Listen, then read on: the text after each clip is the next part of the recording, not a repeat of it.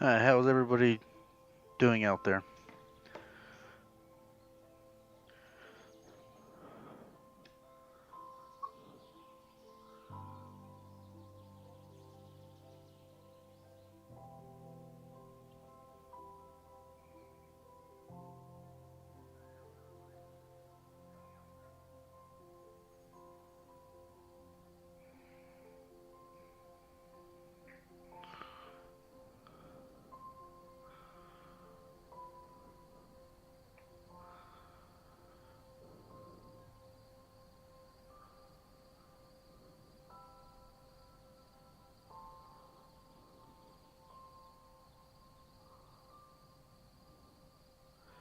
Let me see. Just making sure I have everything on correctly for the live stream.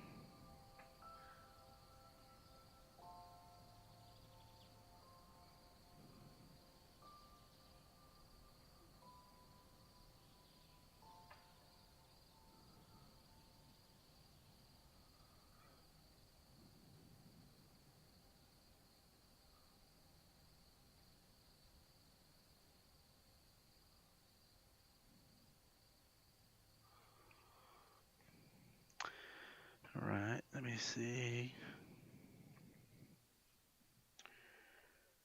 Give me a couple more minutes, everybody. I'm trying to figure out how I can manage the chat.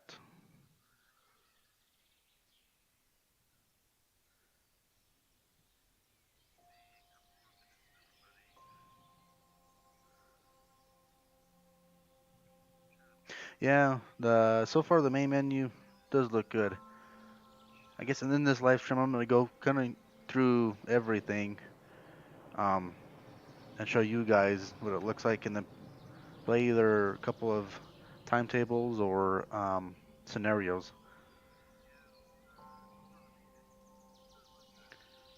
So I think that's where I'm going to leave it as. You can see everybody's chat. So,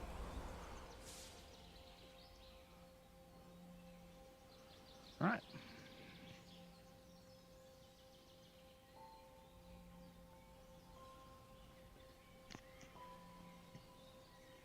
Yeah, I was supposed to start a little bit about 30 minutes to 45 minutes ago, but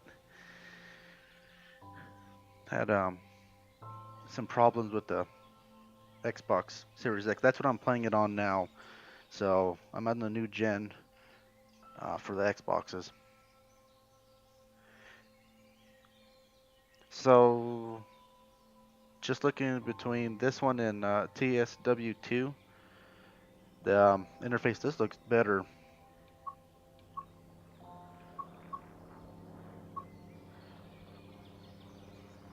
So the profile, the only thing I did so far was um, make my character and signed into the Dovetail Live. So that's the only thing I did. I have not started anything, or I guess besides get a thumbnail, but I want to check out the training center and see what that has to offer. So fundamentals, training, explore on foot, and video tutorials. So what is this? Navigation and interaction. Learn how to navigate and interact with the environment.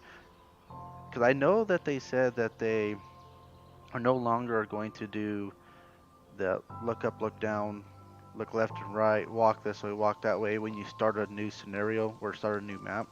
They're putting everything in the training center, which is good. I guess before I let me turn down the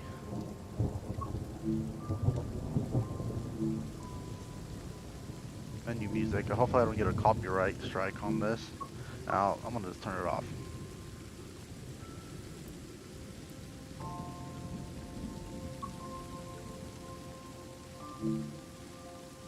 Master volume.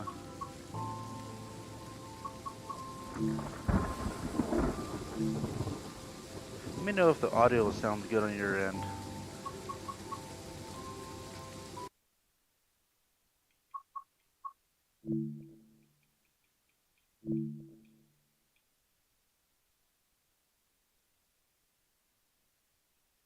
Leave it at 10.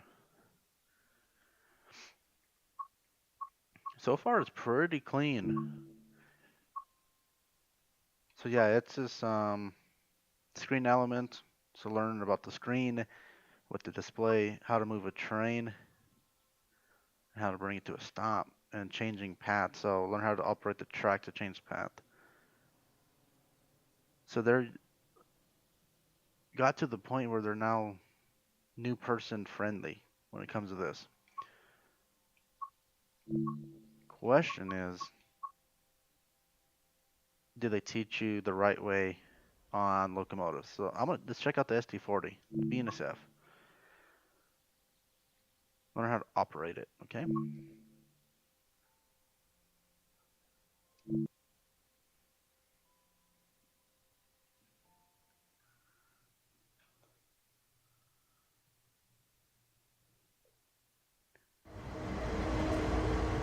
Welcome to driver training at the training center.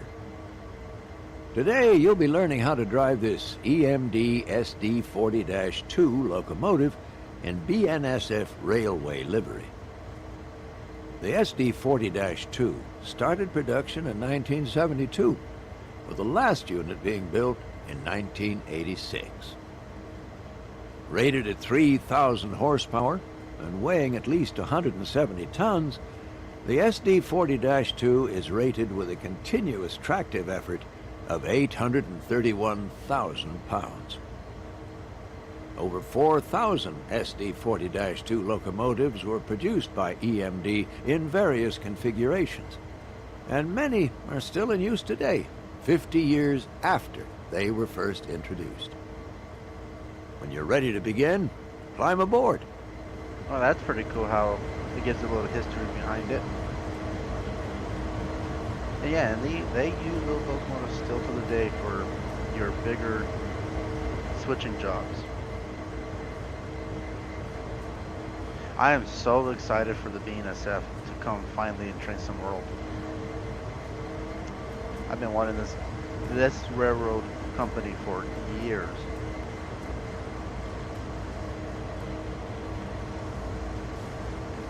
So the training center, they are saying, is a place out of Germany, I think they said, the developers. You know, mountains over there with snow on the tops.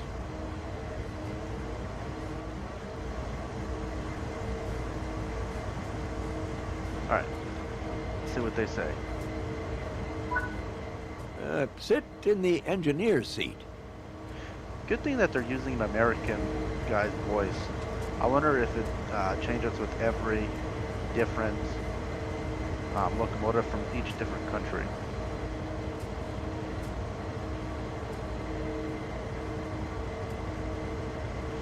I'm not gonna mess with a whole lot of things, probably get it bugged out. Yeah, there is a little screen in here. Emergency brake for the conductor. Still can't go down in the toilet area. Oh, look at that. BNSF first aid kit. That's pretty cool. Yeah, it just looked like an SD40. What about in here?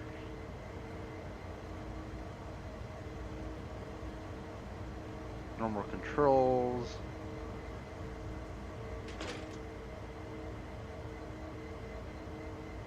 Yep.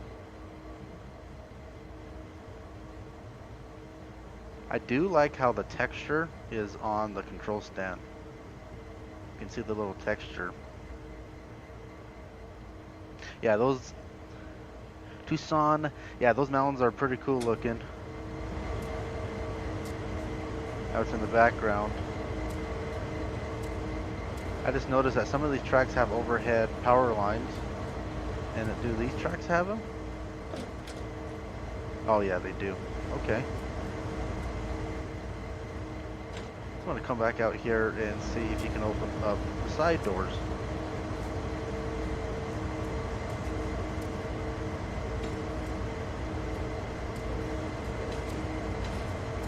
Yeah, looks like you can still start them.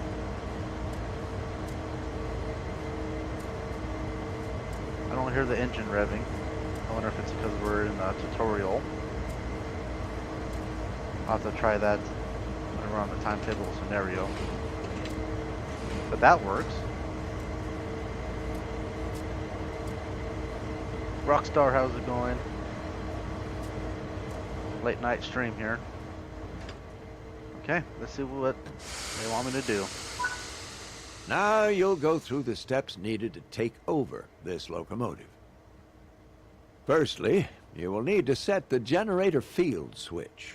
This needs to be enabled for the throttle to control the power of the train. This locomotive requires the reverser handle to be inserted before operation. The reverser determines the direction of travel. Okay.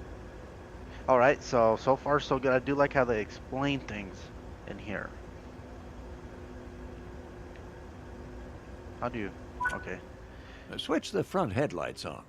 Regardless of the time of day or weather, all locomotives must have their headlights on. Okay. So the bad thing is I wish you can like click around here, right behind the throttle and remove it so you can easily access the headlights.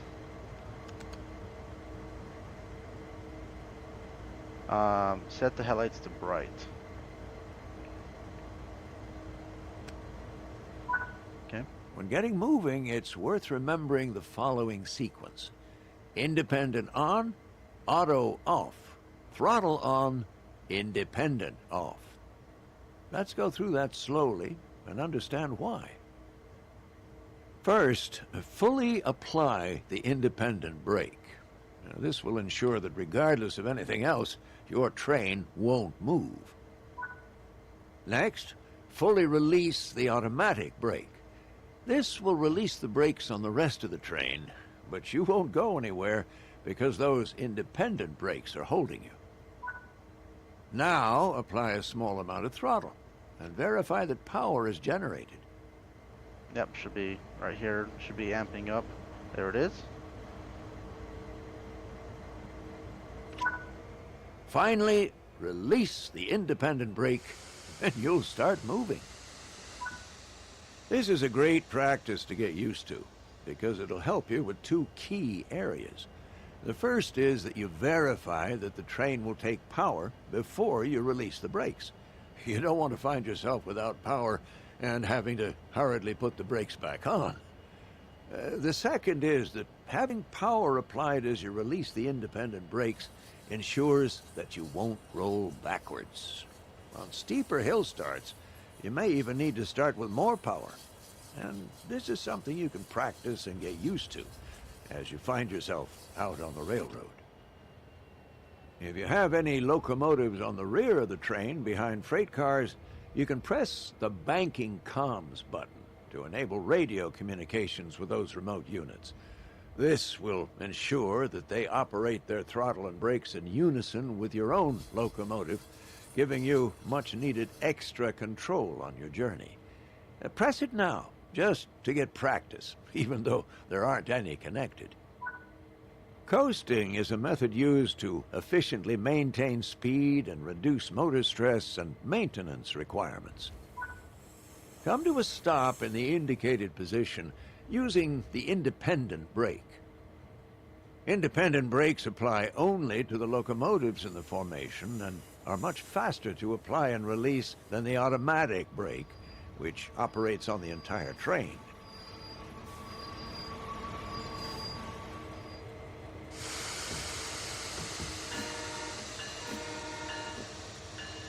Oh, that sounds nice.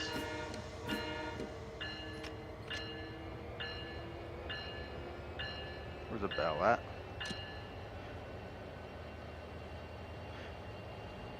And I know when you log into the game, like when you start it, before you, I think after you sign in, it will ask you if you are a beginner or if you are an expert. So obviously, if you're a beginner, it's gonna push you to learn this stuff, the basics of the game.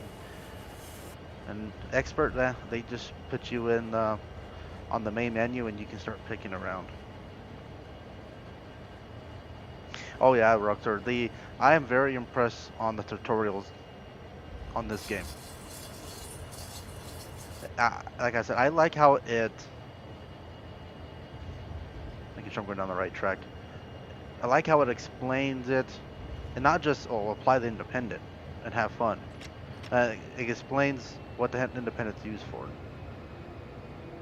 Because I have a lot of people comment on the channel that say that they don't know what the difference between automatic and independent, and it's Train Sim World 2 never taught us that.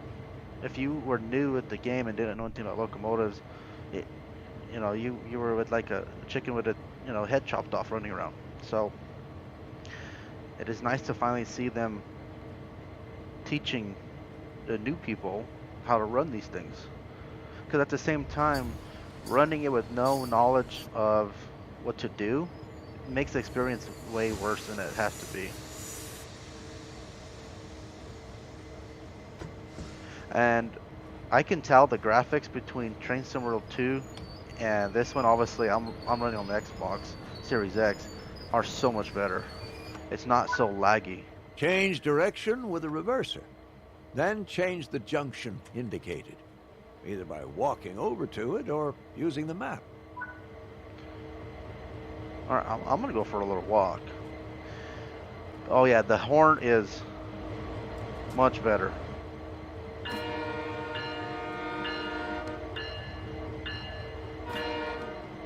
Even when you let go, it still has that 1 or 2 second delay of that air going through.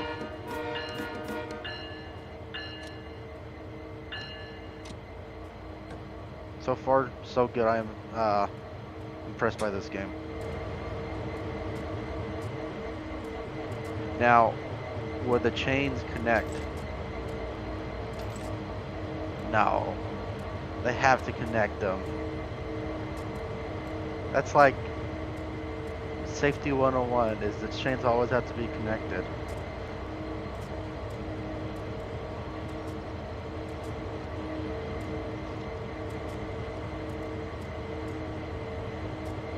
I don't know what it is with BNSF colors, but they do match really well. You got your orange, yellow, and black.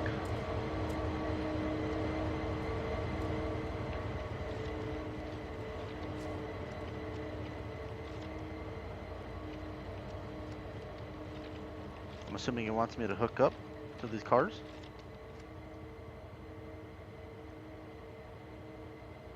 Hopefully they fix that. Because I should have already thrown, or unless it's... Before proceeding, check the two couplers are in the right position to allow for automatic coupling. Look at the rear coupler on your train and ensure it's open. Operate the cut bar if it is closed to release it. Oh yeah, it is going through pretty much everything you need to know. Oh, that one's closed. Because the pin's down, so let's see if the pin goes up. Yeah, it Next, go up. walk over to the freight cars you're going to couple to and check their coupler knuckle is open too. Operate the cut bar here to open the knuckle. What I'm going to do, I'm just going to get in and back up and then get down before I make a hook.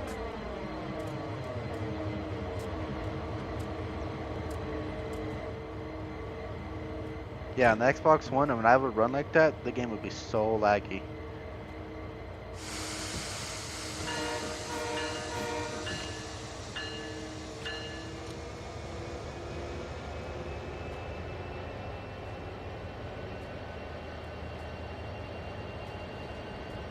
And the weather in this game is going to be so much better, they say.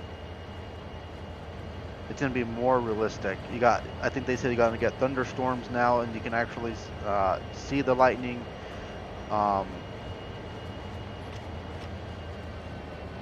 Hear the thunder. They updated a whole lot of things between number 2 and now this one.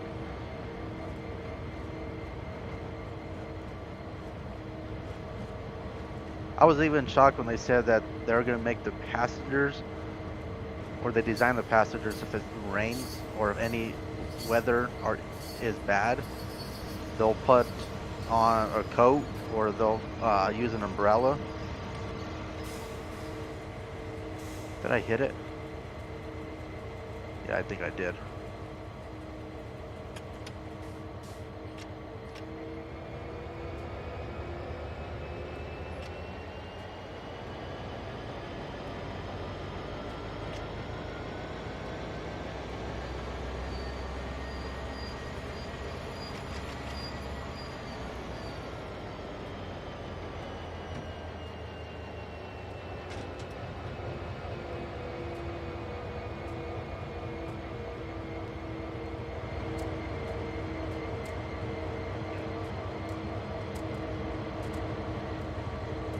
Yeah,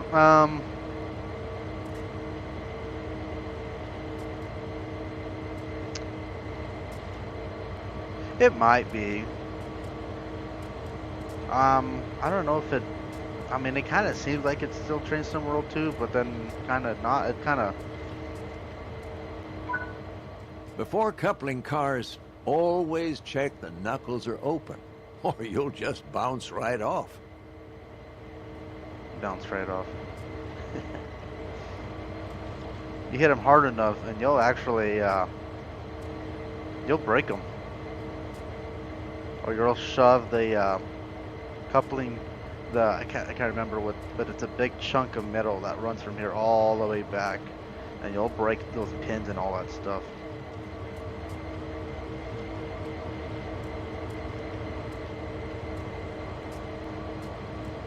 But I'm really curious if they're going to teach about signals. That's a big thing when it comes to freight or signals. Okay. The junction is correctly aligned and the cars are ready to couple. Couple up to the cars by gently driving into them at a slow speed. And most freight uses automatic knuckle couplers, so they will automatically couple once they connect.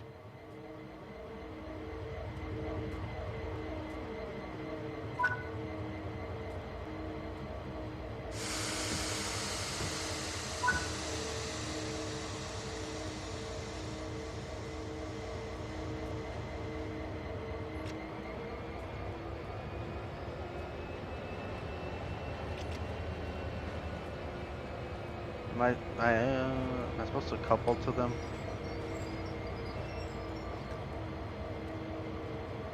Let me just go do it again. I do not want to go down the line and then it doesn't talk to me anymore. Do both of them just in case. It would be nice in real life if these the brake pipe, the glad hands couple themselves. In the winter time, when these things are cold, they are stiff. And you really gotta crank them. They even have their stickers. 3 points of contact. Yep, Team DNSF.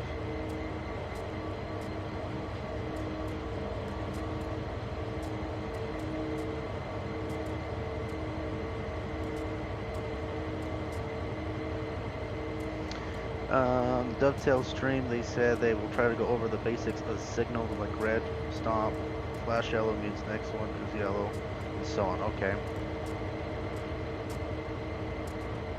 Yeah, I have a feeling a lot of people fail or pass a a stop signal. Because if you don't know what that, it depends on the railroad. Some flashing over yellow can mean you're ducking into a siding, and then some of them mean, you're gonna move at a certain speed. So it's kind of hard to tell. If your speed is too high, you risk derailing when coupling. Apply some brakes to slow your approach. I still think I'm trying to couple. Hey, nice work. Change direction with the reverser and move the train forward into the indicated siding. Remember to apply a little power before releasing brakes. While it's not strictly necessary in the training center, this is the time to start forming great habits.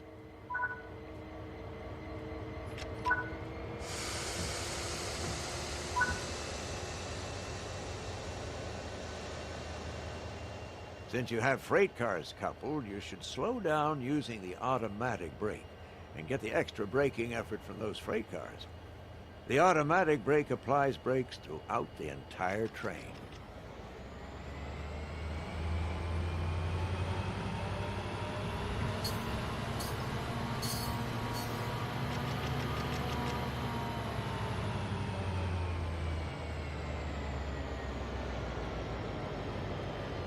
Switch line head shunt.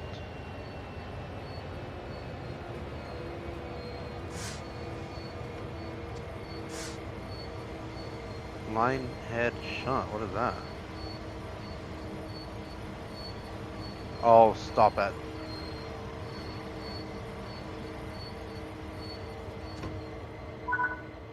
Uncouple the cars either by using the external camera or by walking to the cars on foot. External camera. Try that one.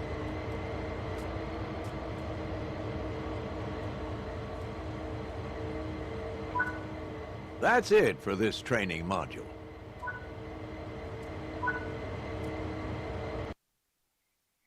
Okay, so kind of taught you the locomotive and how to switch and how to couple.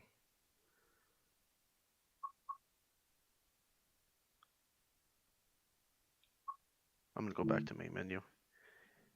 See what else is there to do. Actually, go back into here. So it looks like it just keeps going through, right? No? What do you guys want to see? You want to keep scenes in training center, or do you actually want to see the routes?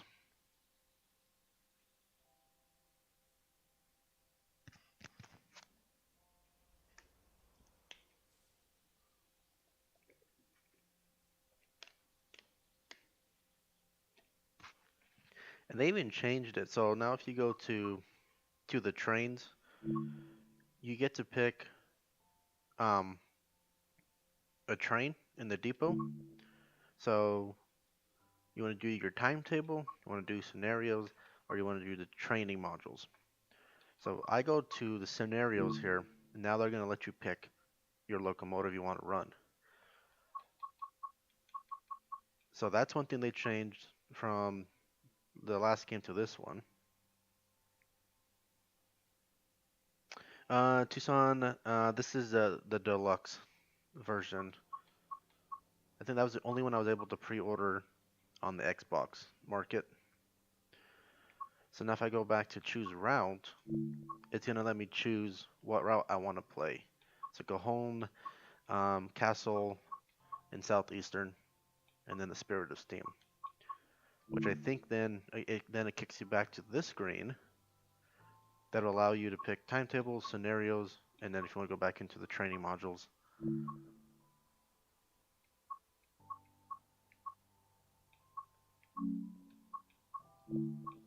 Cajon Pass, scenarios.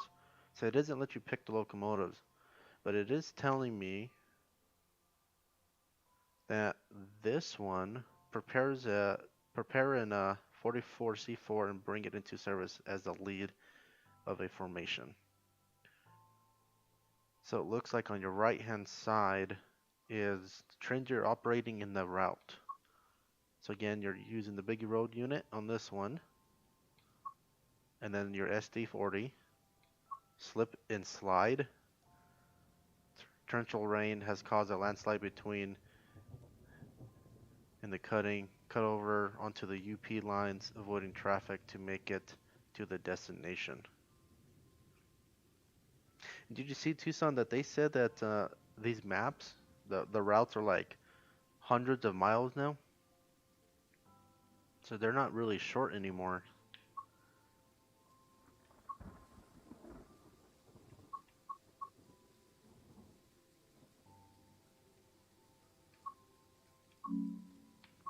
And then rail journeys.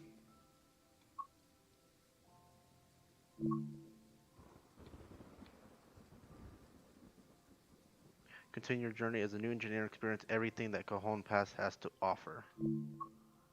Um, what is this? Rookie, ups and downs. So you have to complete each map. So learn the basics of that locomotive. That's not fair. Kind of, what if you already know how to run it?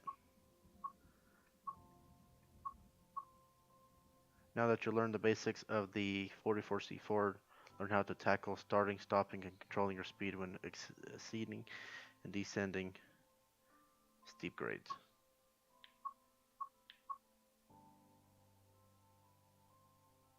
Okay.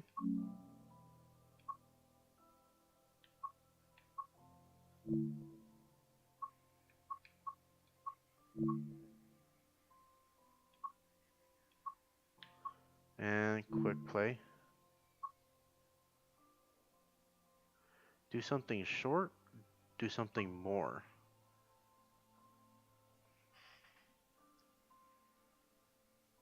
I'm gonna do this one, do more, and to see what that pushes me to do.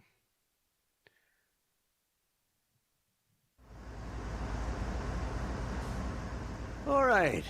In this training module, you'll be learning about the different brake types found in a typical U.S. freight locomotive.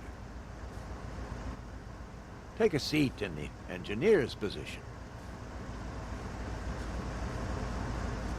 Back on the training center. Go back. Oh, here's a different map of the training center. So you have switch line. So you have one long track, you have a Y, and you have a spur. You have a little loop, and then you have a big loop.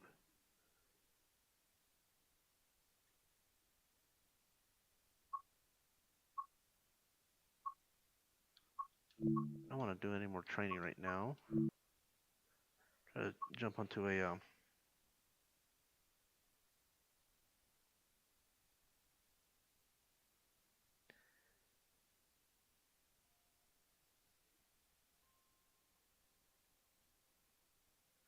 I was watching someone doing the downhill route of Cajon Pass, and they went flying down the hill and had zero braking. Was it bugged or what happened? You know, I noticed that too with Sand Patch, since that was the release map for Train Sim Roll 2. The brakes in that map in that train just sucked.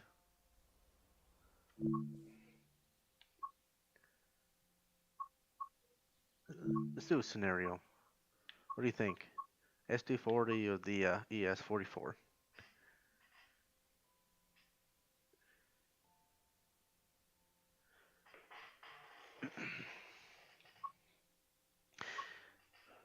The other thing I would like to see for them to do is have more American trains.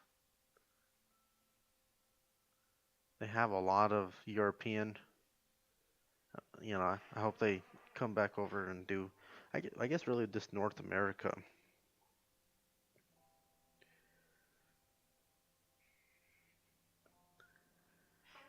All right, ES44C4. Okay, let's see what this big boy has to offer.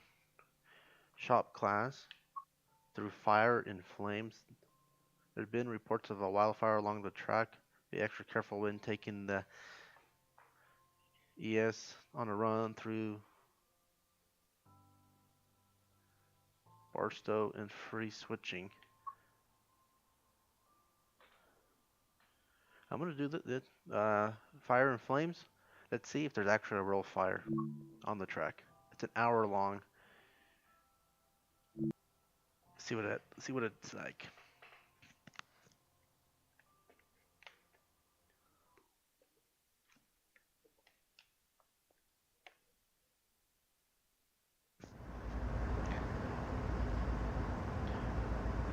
Welcome to San Bernardino Yard. Today we'll be taking a set of empty freight cars up to Barstow. We have reports of small wildfire south of Cajon. It shouldn't be a problem, but we'll keep you updated. So I always like to look at my map and see where I'm going.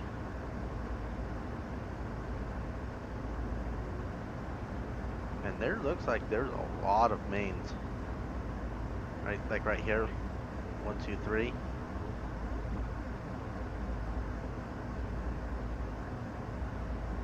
See, they always look small, and then once you start operating, it's always a far distance.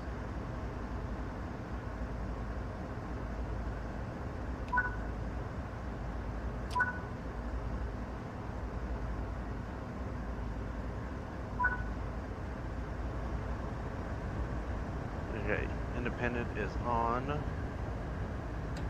Release that one. Make sure. Where's my headlights? Right there. Dim. Set the independent brake to release. See, you can see that it's still vibrating.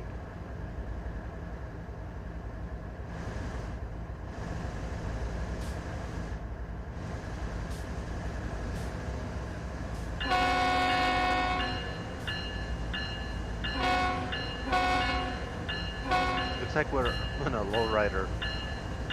The way that it's moving, it's bumping to the bell noise.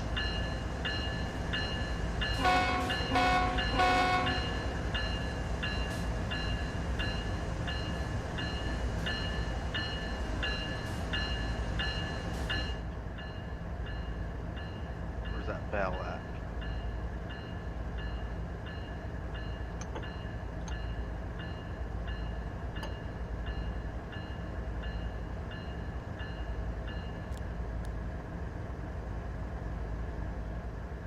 Question is, what does another inbound or something? Do the independents move also?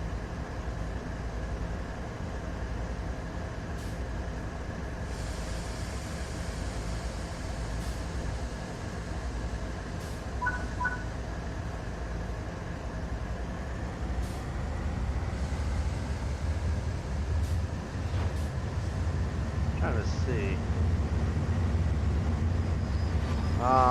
The piston doesn't really move out. Looking at this one, the only thing moving is this bar.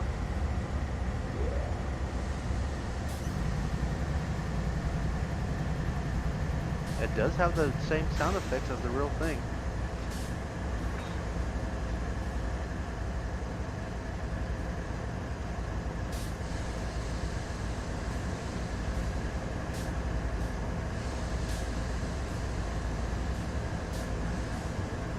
This one moves in.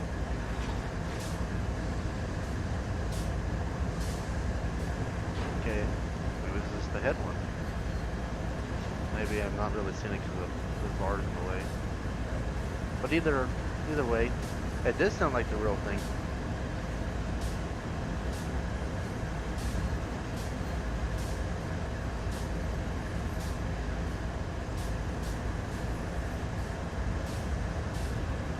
Now, how much you want to make a bet that these things they probably cut in? Because they never are when you start in the game. But I'm not worried about that. It's just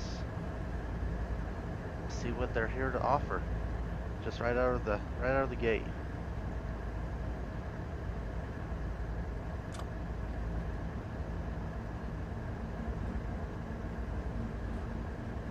DP power.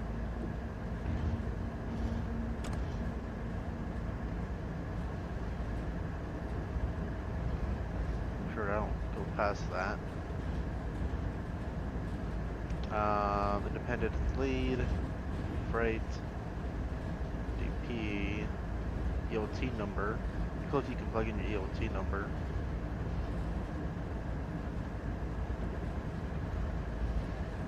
So the seems like the screen doesn't work, or does it? Oh yeah, it does. Okay. that F3 maybe? So I can't get into DP power.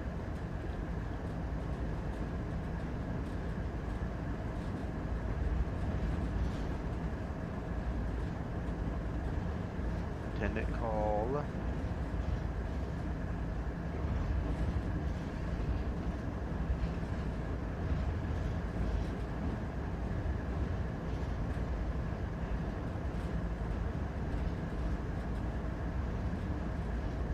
Well, thanks guys for showing up to the stream.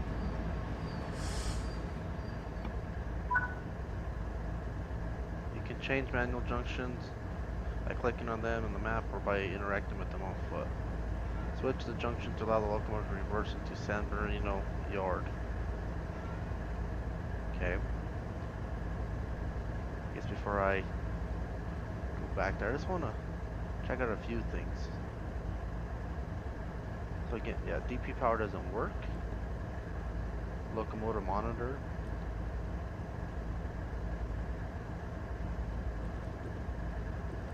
That doesn't work. That doesn't work. But it seemed like for more options it did. Dimmer.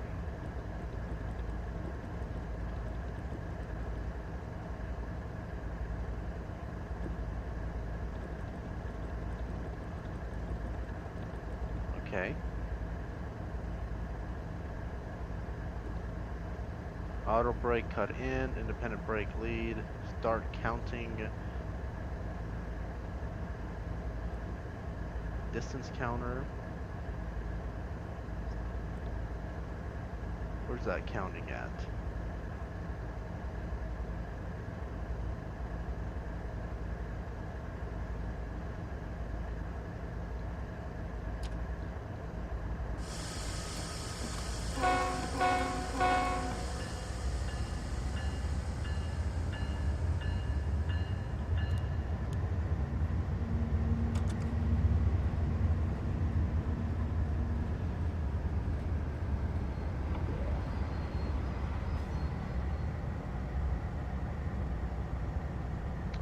Wheel slip, PCS, alert, alarm, EOT.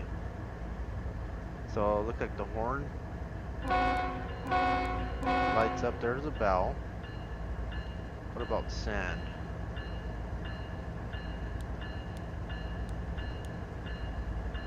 Oh, that's alerter. I don't know. I wonder how you can do the controls on the controller for the sand. I wonder if those ones work.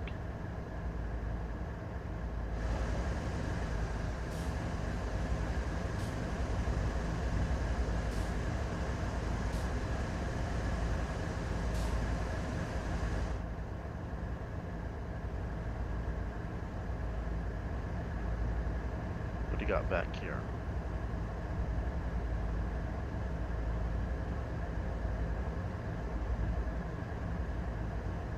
Yeah, just our normal switches. Engineers, heater.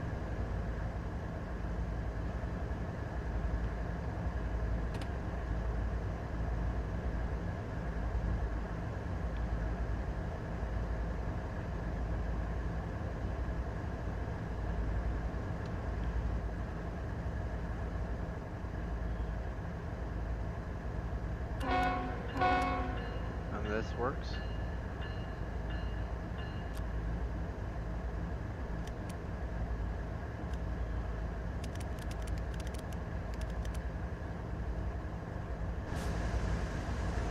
Alright, let's get hooked up.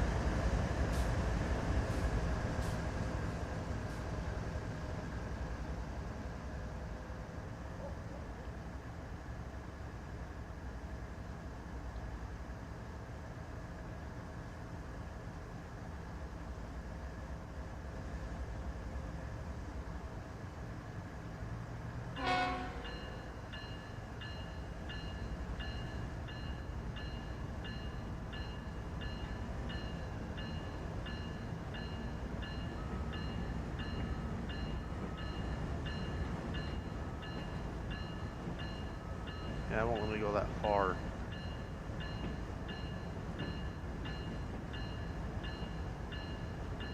It's a pretty good distance, yeah.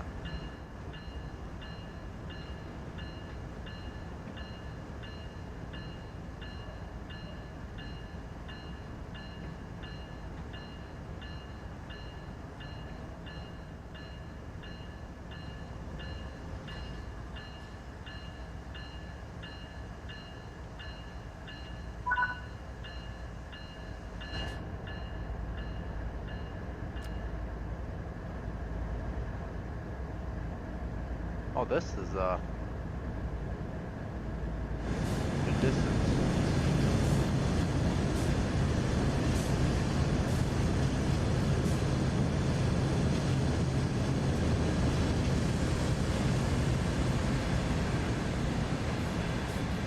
That's the case. Make sure I'm all lined up.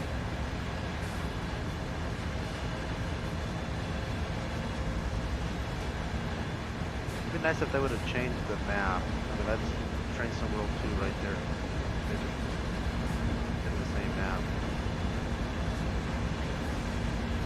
That should be good. Yep.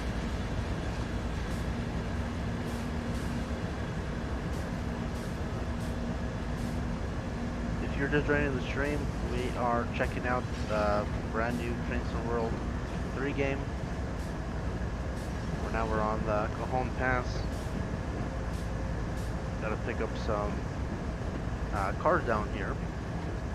So I think I gotta go from San Bernardino to Barstow. And that's the route.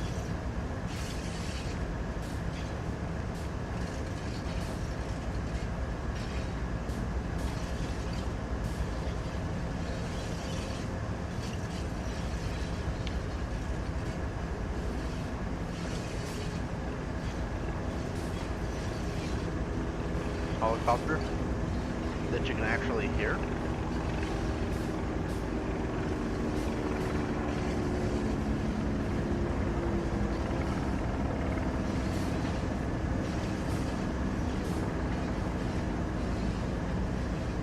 That's an improvement.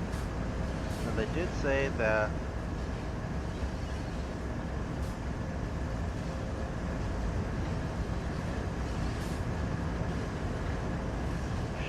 sparks on the wheels. You're on the main line?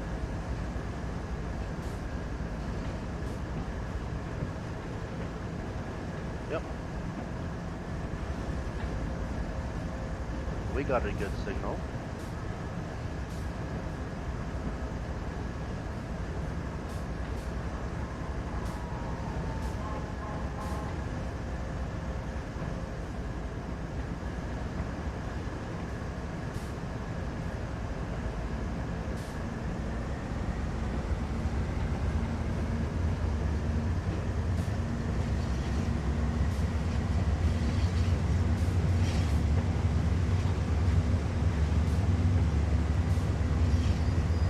These locomotives can rev up pretty quickly.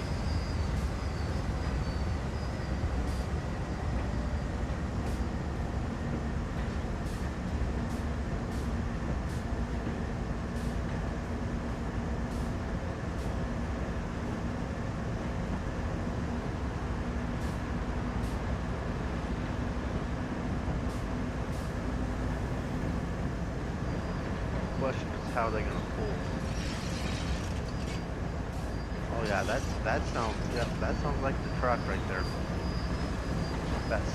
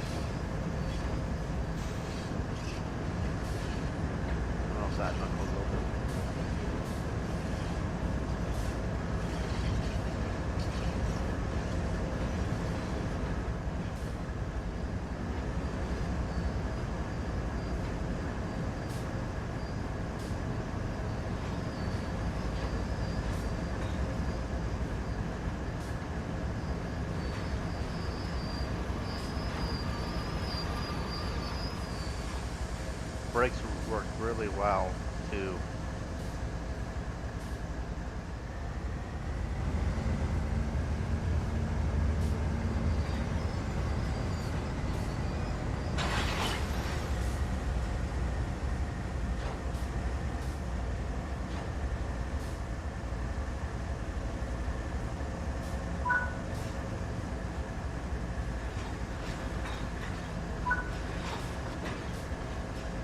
Go to location as indicated.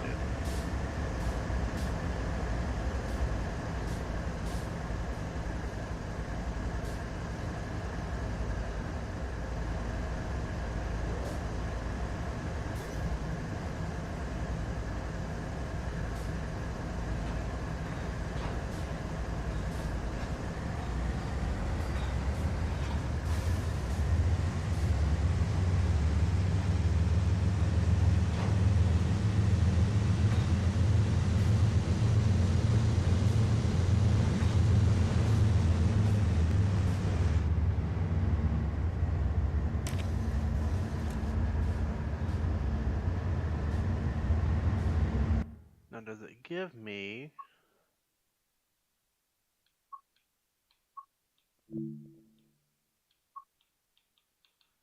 Yeah, see, I can't change the control scheme.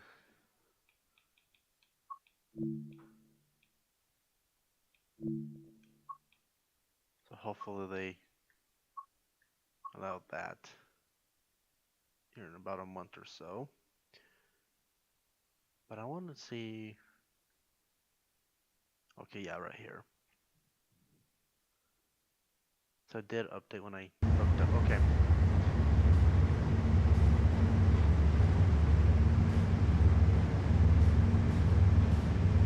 So this is not telling me what station. It just wants me to go. Now I'm going to keep the signal indicator on the right side corner on. I don't know this map yet. And then my speed under that.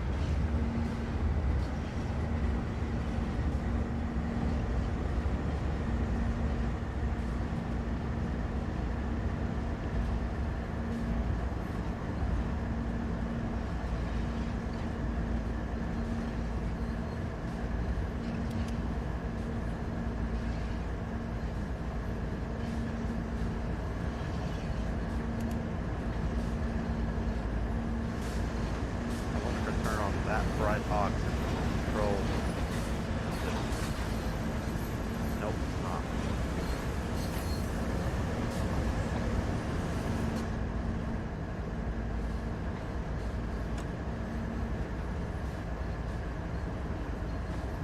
So I think this one is on this thing here.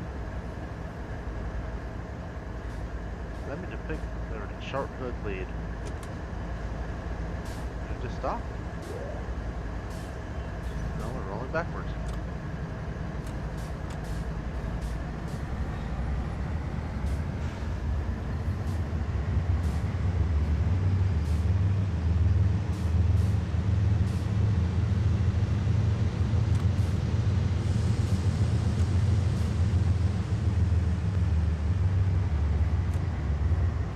I know we're not that heavy.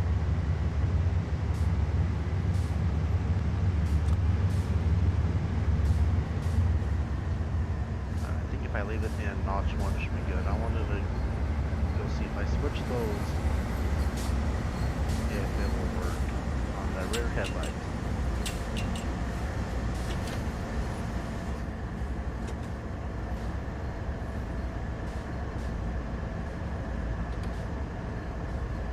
Single. Yep.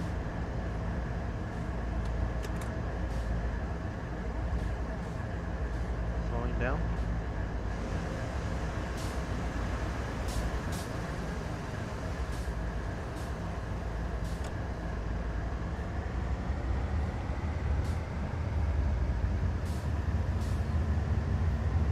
So notch 1 is too slow. The notch, no, sorry, notch 1 too slow. Yeah, notch 1 too slow. Notch 2 too fast.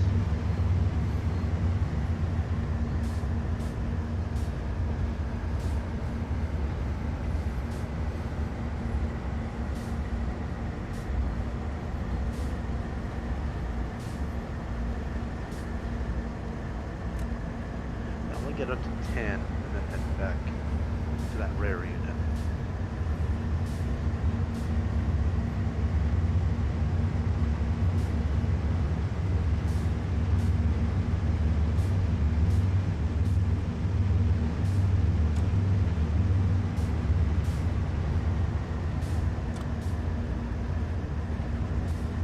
You know what we need in this game?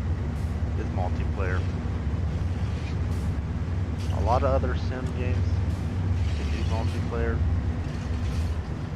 That would be awesome if they brought that to this game.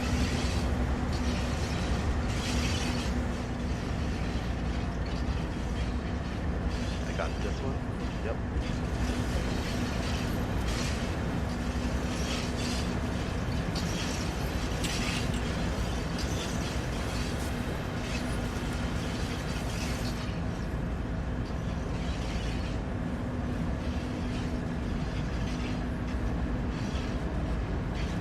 Short hood trail. That's on correctly. Wow, that is the first. They didn't do that in Train Sim World 2. They all left the locomotives as single or intermediate. So that's an upgrade.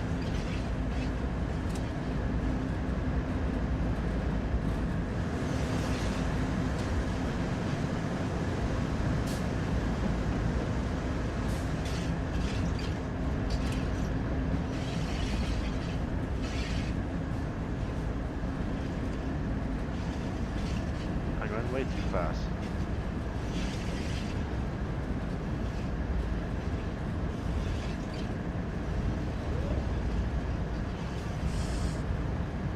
I kind of had a feeling I was going a little too fast when I was walking back. Does this work?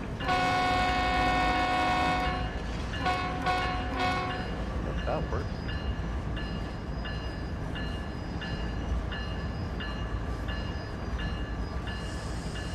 So far, a lot of things on this locomotive works. I think there's a few things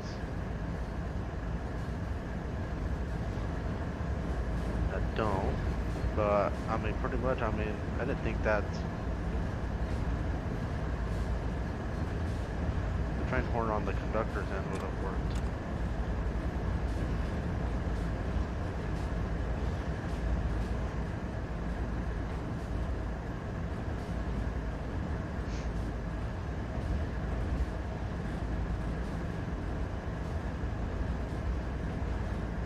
I turn off my headlight. Where does that put that? So that still says it's on. Dim. Still says that's on.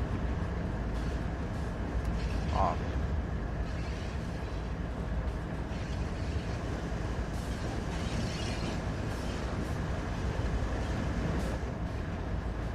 Okay. And it seems like this panel, everything pretty much like turns on when you use something. Working alerter, you know, that is a great. See, here's a button for the alerter on the left hand side, and then there's another reset. But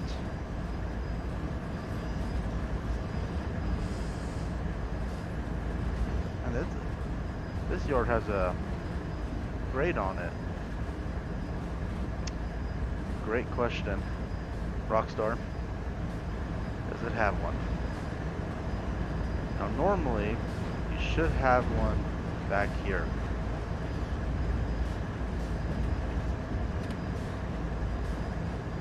Can I switch these? Number lights are on. Control compartment.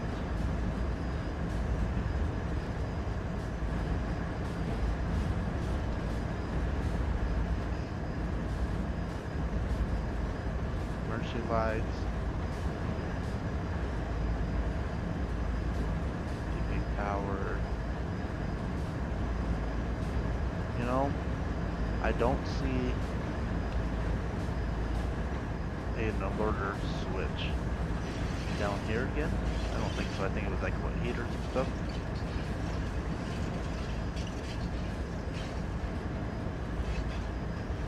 Let me check the menu. Let's see. So that makes no sense on why they would put a alerter reset button here, but you're not able to turn it on.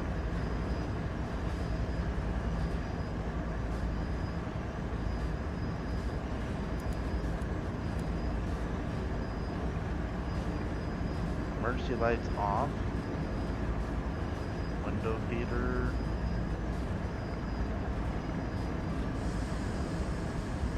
Get up to speed now.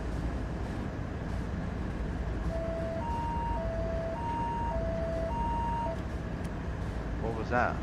That was the alerter. Where? How did I turn it on?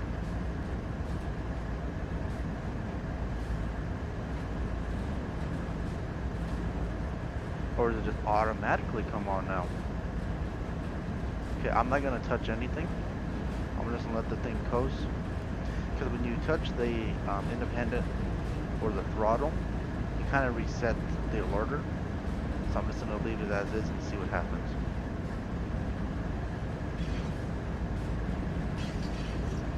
I don't think I switched anything.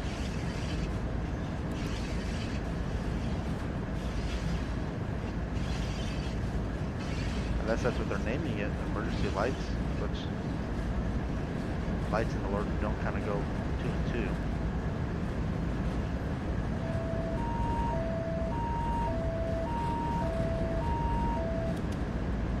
Yeah, so it does work. Yeah, it does work. I didn't switch anything, so I wondered if it just comes standard, like it just automatically turns on.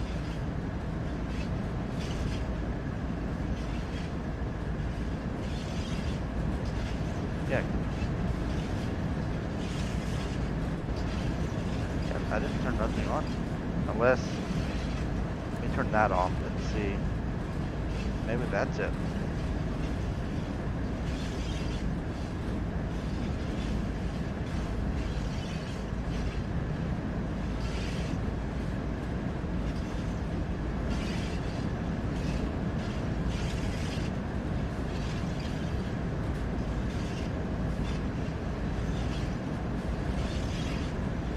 Now, okay, so it's not that. So yeah, this looks like it's already programmed and ready to go when you get into these locomotives. I wonder if it's like that on the SD40. Cab signals.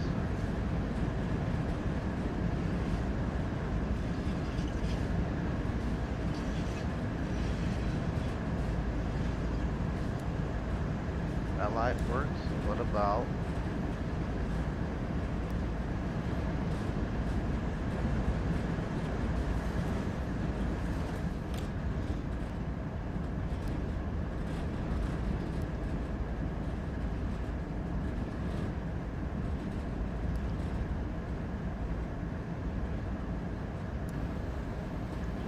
look at that? Even the fan works.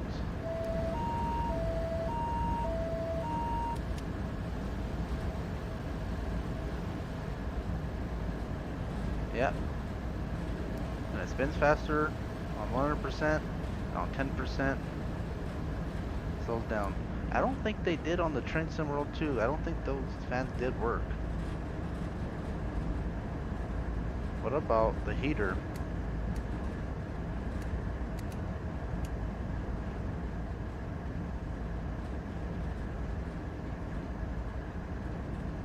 That's right, it should come out right here, sidewall.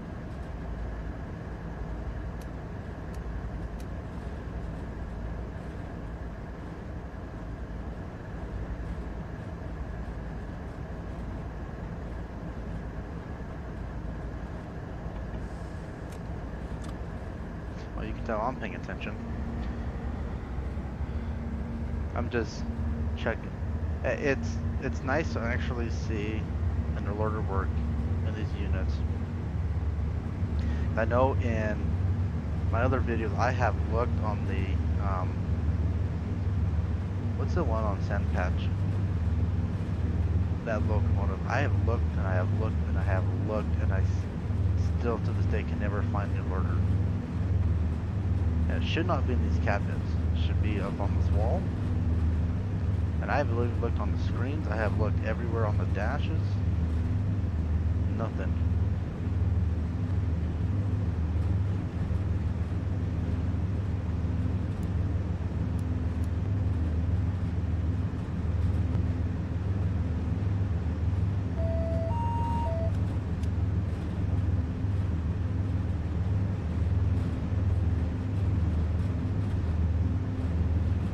$60.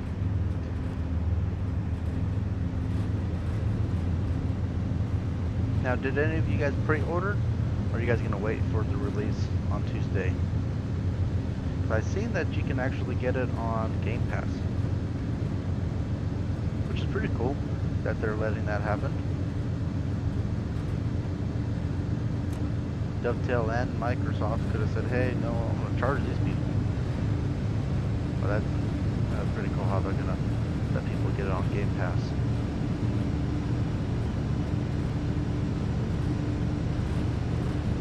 But it seems like these days, a lot of game developers, they rather have you buy add-ons in the games than kind of buy the game itself.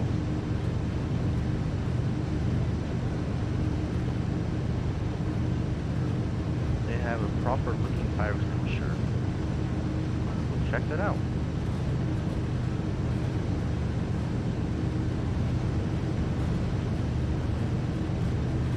Looking to see, for some reason the shoes look weird on that dude. That's the. Okay, yeah. Nope. Don't pop, don't pop. You still can't get into here. Uses. With all these cabinets.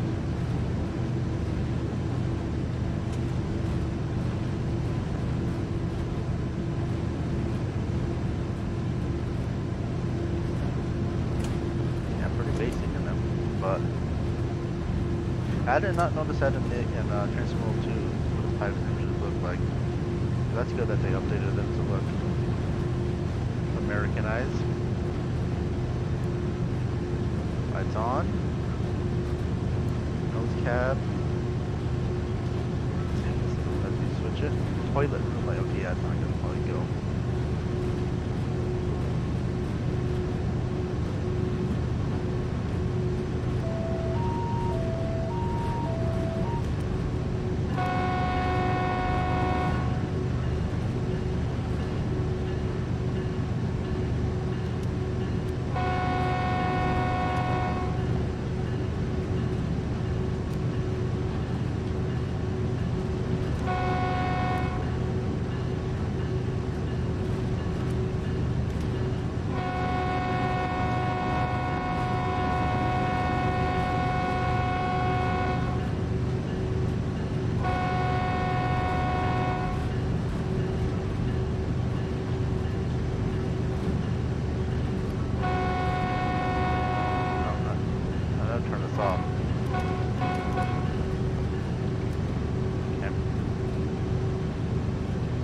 Yeah, it should let me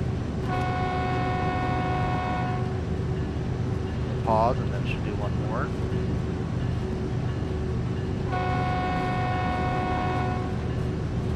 Okay. One short one.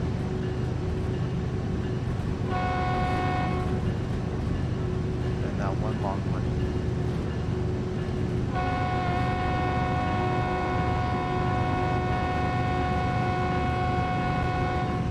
Even the horn sequencer works.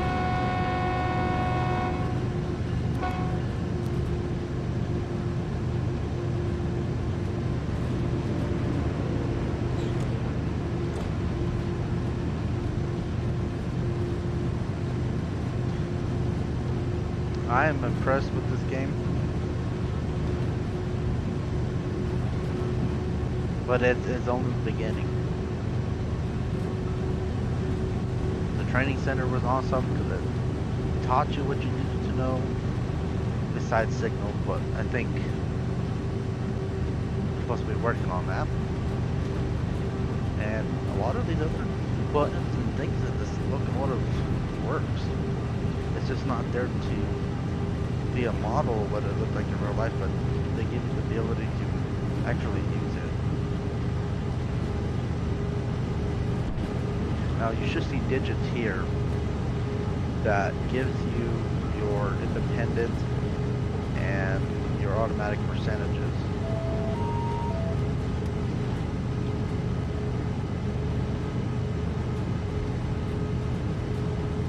How far up? Right there.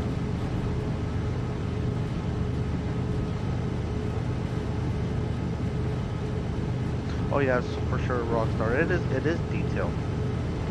It is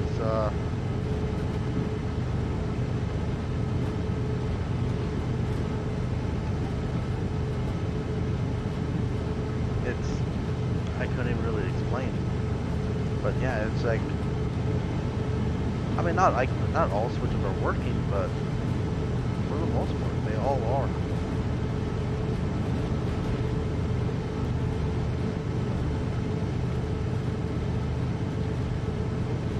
Let's see, as a lead for single unit power, servo reverser. Okay, dynamic, return throttle handle to idle, braking handle to setup, pause, then advance as desired.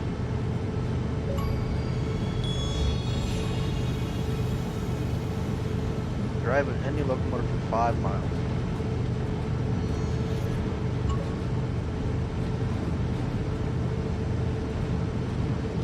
So it even shows you how to cut out right here. And braking handle in off, throttle handle in idle, reverse handle center and remove.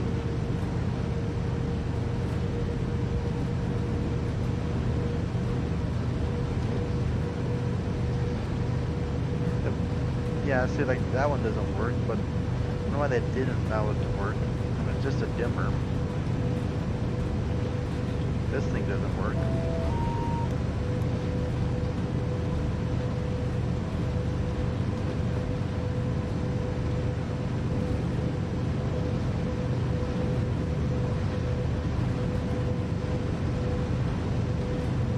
That dude's just quiet over there.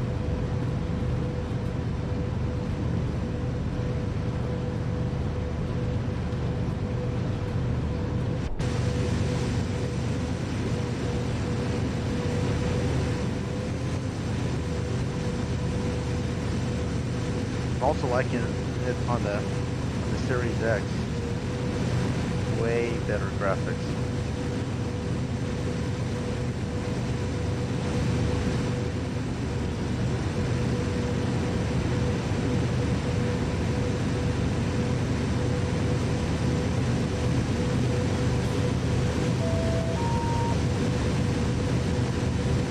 I see even like the nose is dirty. Bug guts and everything else. And then it's dirty and then clean. You can even see the texture detail right there. Like if it ran into like water stain.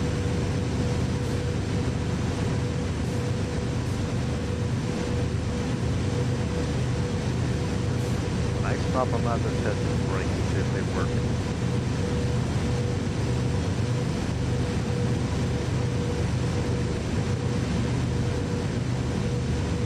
All you do is push that button and it automatically turns the wheel. Or you can manually do it.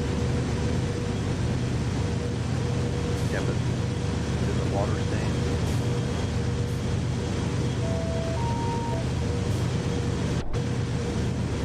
What was that?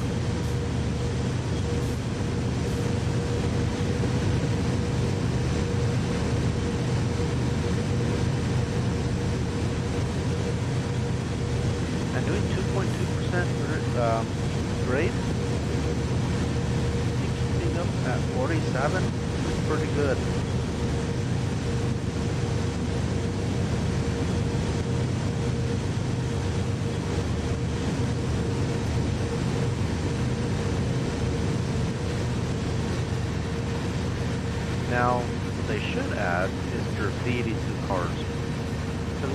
no way in life these cars are this clean.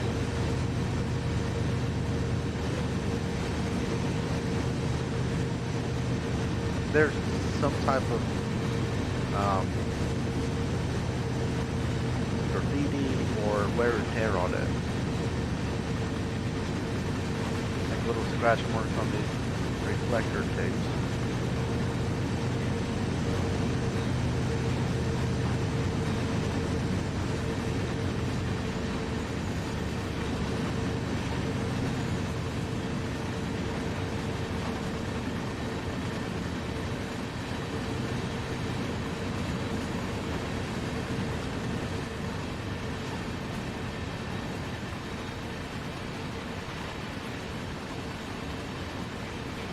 So it's cool that you can come up here to hear locomotives, and now the farther back you get away from them, you're hearing the cars. And it kind of sounds like one of them has a flat spot. Well, that's not coupled.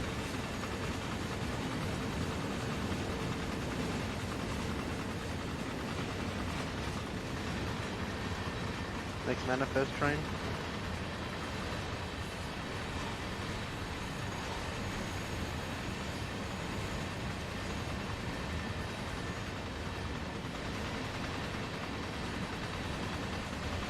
Yeah, it's like in this area you can hear that clink noise, and it sounds like a flat spot on one of the wheels. The game's not liking something.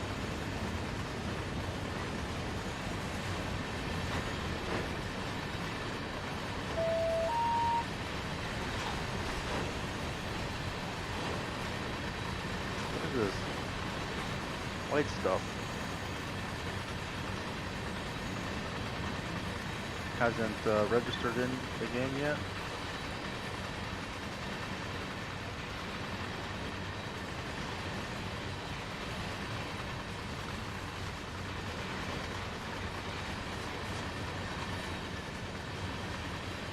Cover hopper, tank cars, box cars.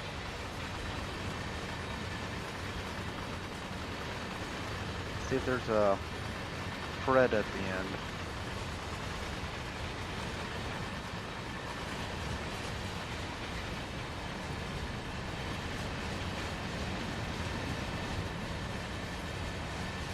Two, three, four, one.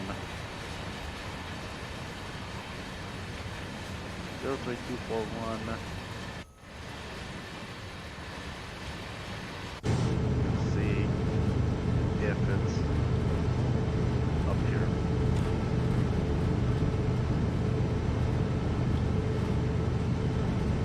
ID code marker on. An update on that wildfire. The fire department are on the site, but the fire is not under control. There is a slight haze, but track visibility is still good. Is this the haze they're talking about? Looks like it. That's a little hazy outside. I was expecting... Oh yeah, it is hazy out here.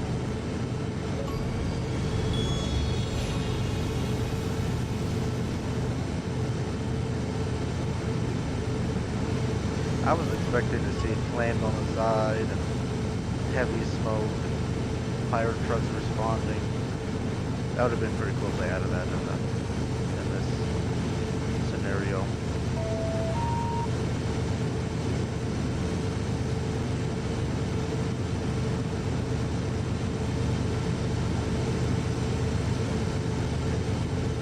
Well, the track better be good. We got freight to move. Millions and millions of dollars in these cars here. Anyways, wanted to look at the enter train device and see if they had the right number.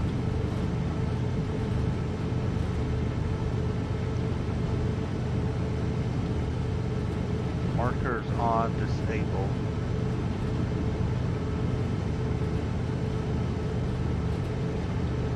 Now was there power maintenance mode?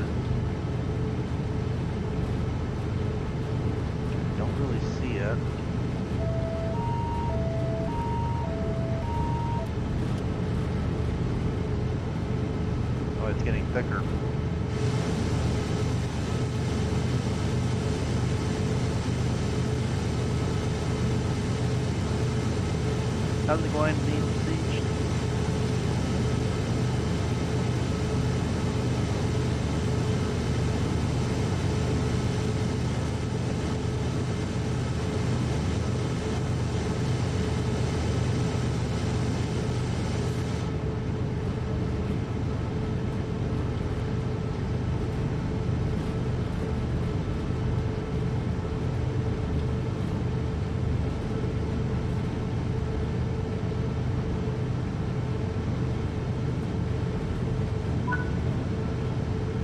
Another during the wildfire. Fire still growing with the mountainside now covered in smoke. The tracks are clear, but visibility around Capone will be lower than usual.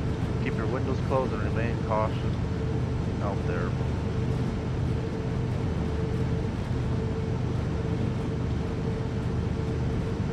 Oh yeah, it is. Check that out.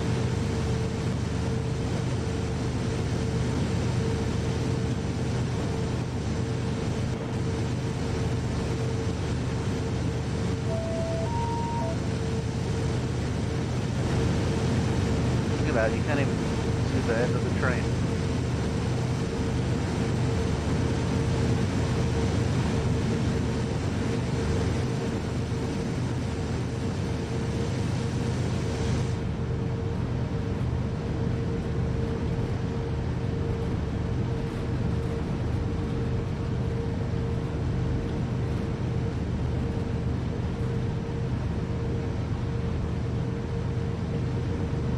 Is the fuel going down? Oh yeah, it is. You know, it'd be cool if you got to a destination and unhooked your train and then move it to like a fuel truck, and if you do that, they'll give you extra points.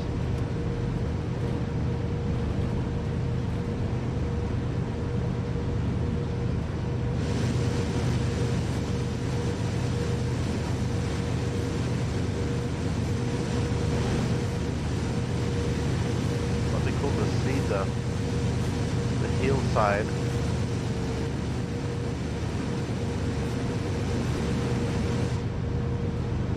But it's keeping up with the speed.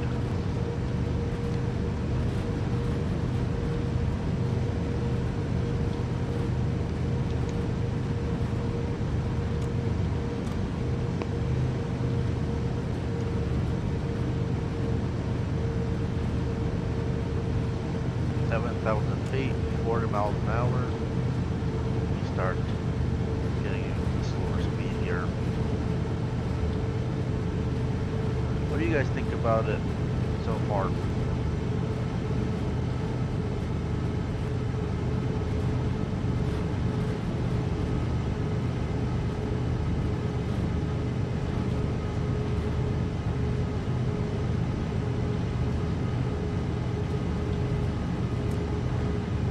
Alright, 40 miles an hour, should be good to hit that next marker. And it is cool that they do feet now instead of per mile. Kind of helps with knowing really how far you are from wherever that marker is at. Trainmaster, hey, yeah, doing pretty good, how about you? I know I've been away from the channel for a few months now. So, now with the release of this game, I'm ready to jump back on the uploads. But how are you doing, Trainmaster?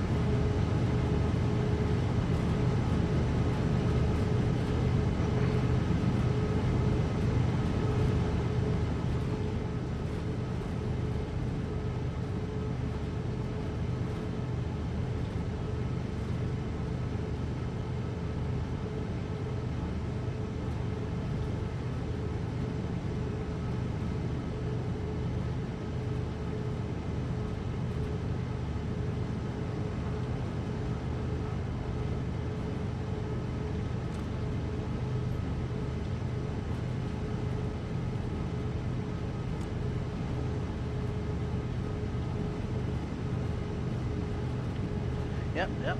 life is good. Life is good for me on this end. I hope everybody else is having a good time.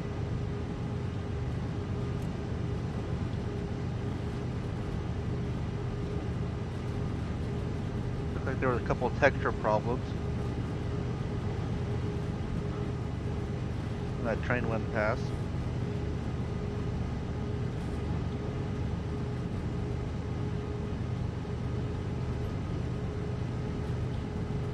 Now lately I've been playing a lot of Microsoft Flight Simulator since I got the Xbox Series X. And talk about a fun sim game. That's I'm enjoying that one too.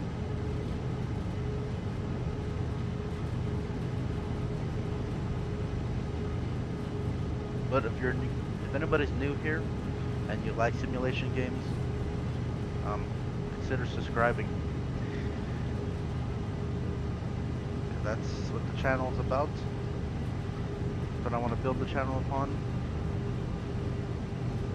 Got this brand new game out, so I'm gonna try to hit this one hard and get as much content as I can out.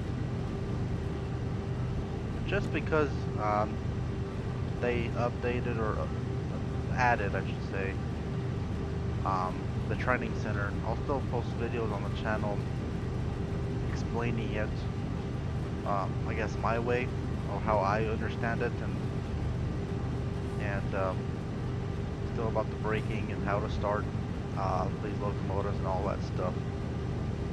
But I do want to try out more of passenger service too. Sometimes it's great to just have that that stop and go type of work.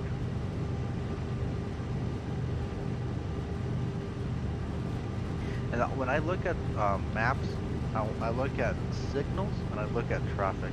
If they have no signals and no traffic, to me it's too boring. Because you should have something always to look out for. Signals and traffic. So far there's been plenty of traffic.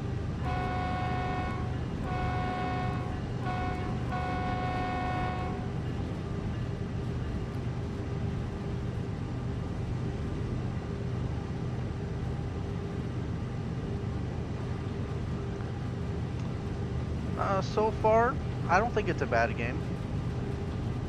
I mean,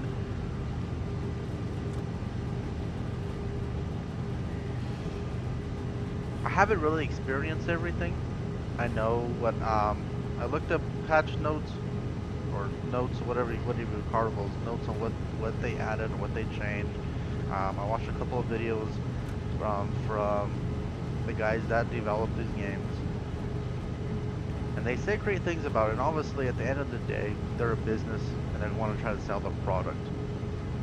But when they said, you know, passengers are going to be more realistic, you know, clouds are going to be more 3D, you're going to start seeing sparks coming off of your wheels.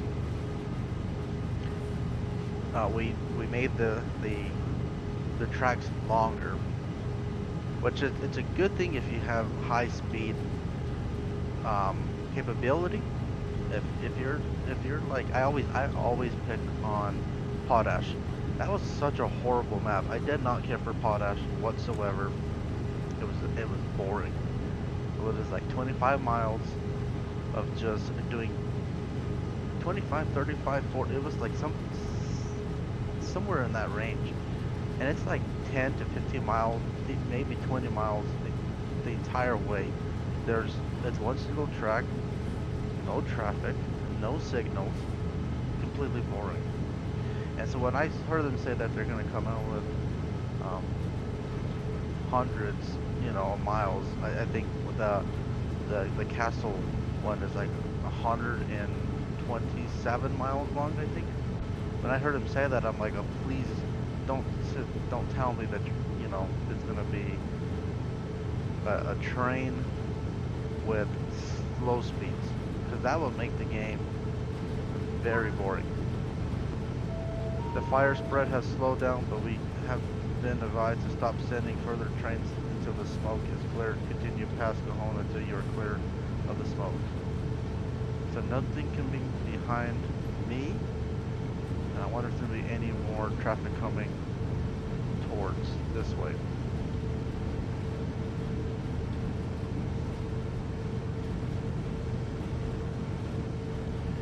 But I mean, on this map,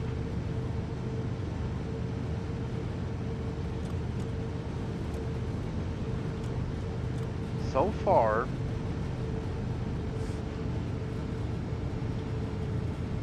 it is pretty good.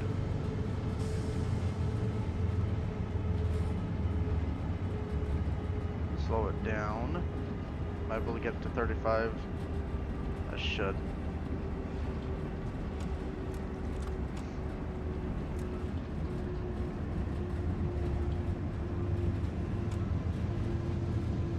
But the speeds here on this one are staying, 50 miles an hour.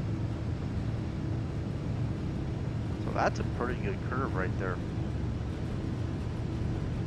You know, you're saying about 50 miles an hour. These locomotives are able to keep up with this grade. Because in Sand Patch, I don't know what it was. You hit that that part right after that town where like it gets like to 1.5, 2%, and then all of a sudden what do you do, like 10 miles an hour, 5 miles an hour? And I know the locomotives in Sand Patch can pull it. It should pull it. But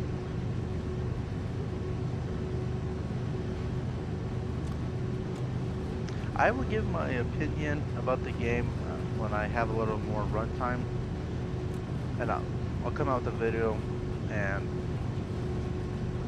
give you guys my opinion on, and if it's worth the money to buy it. Now, obviously, if you have Game Pass and it's free, check it out. But is it really worth this? Well, how much was it? 60 bucks? 50 bucks? As of right now, it's hard to say. It's hard to say. I don't want to say no, but I don't want to say yes. Because if you're going to spend that much money, you want something that's a good product. And I've seen a couple of texture problems. Sometimes it happens. The other thing that I hope happens is, instead of pushing out so much content, new locomotives and more maps, that they expand on each map or fix the bugs before they start really going after it. Because it sucks that on some of the maps on Train Sim World 2, they bug out. I think it is on Horseshoe Curve. There's a part where you're operating just like this, and all of a sudden, out of nowhere, what is it? I guess it's the road. But there's a part like you're in the middle of nowhere, and all of a sudden you hear a siren. And what's funny about it, it's a European siren, like on an ambulance or something like that. And I'm just like, why have that in here?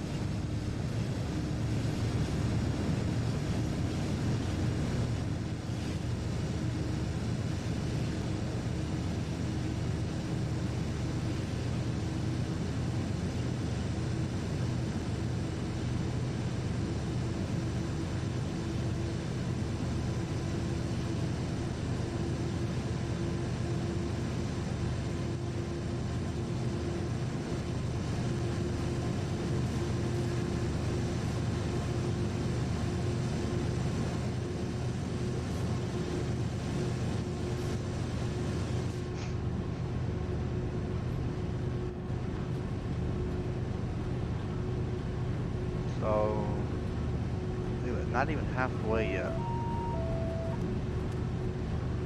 Not even halfway.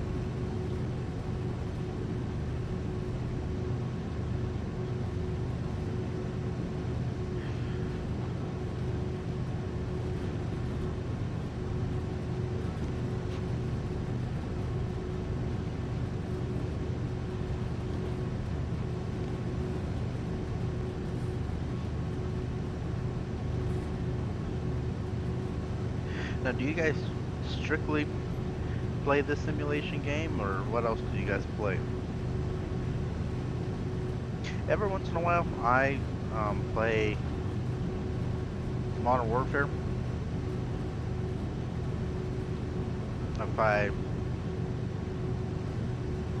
feeling up to the first person action.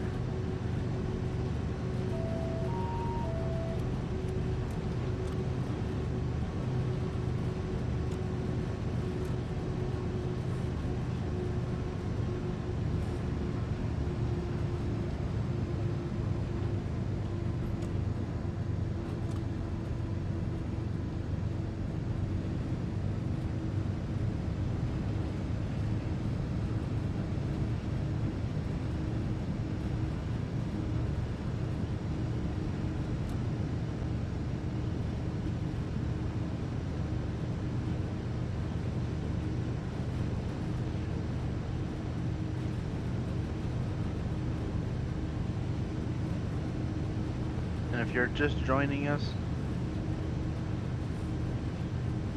we're running between San Bernardino and Barstow. And this haze that you see is from a wildfire up in the area.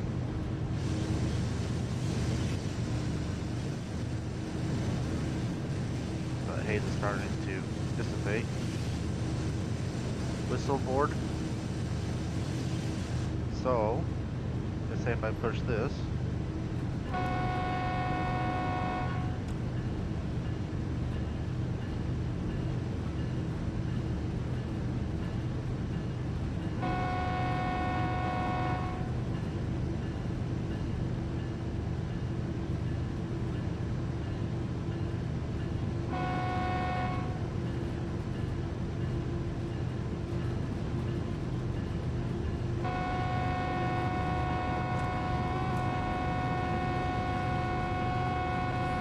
That was a whistle board, wasn't it?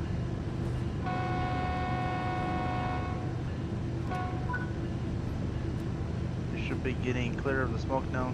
Stop at Summit until we can clear the backed up traffic. Okay. At Hesford. That's it. There's a whistle board. I didn't think there'd be a road up here.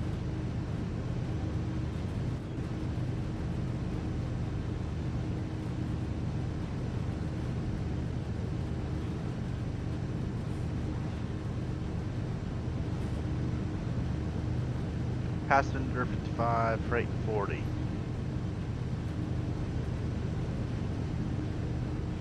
The other thing that would be cool that they add is track department. Having, you know, those guys, that crew, you know, be waiting on the side with their trucks and all that stuff. They can just stand there, but at least have that in the game.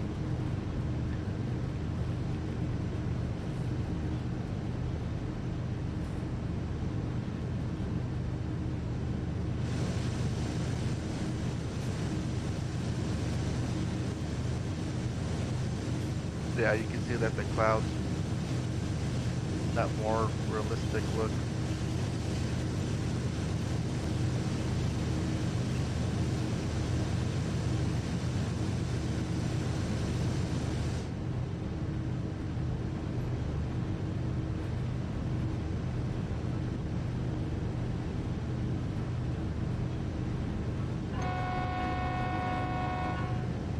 And see, everything works up here. You know, well, not, I guess not everything, but a lot of things do work. And these 4 buttons work.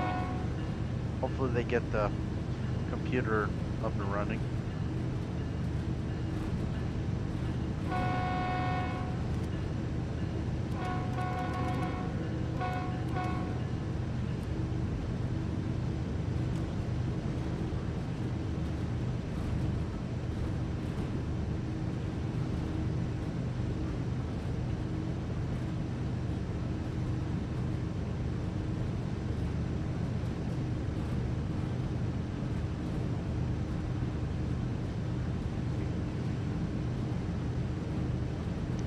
Hopefully it doesn't make me stop on this grade.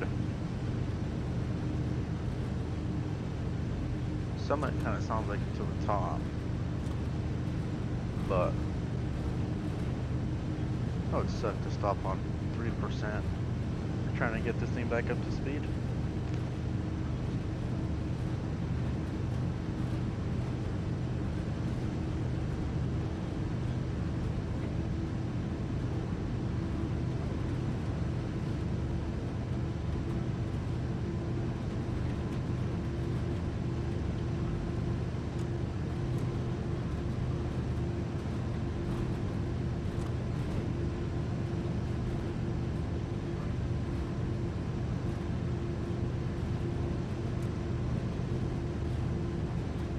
I don't know if I'll have a video for Sunday.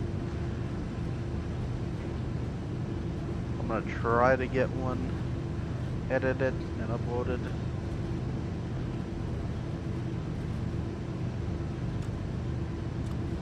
But and I'm not gonna make any promises on the schedule at all besides Sundays. I'm gonna try to get multiple content recorded and edited, and then cause I want to start posting more than once a week.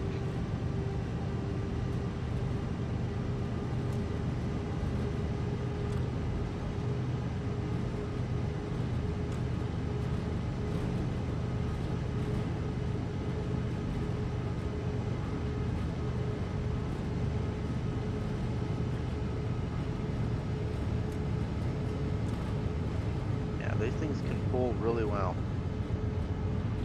Red over yellow.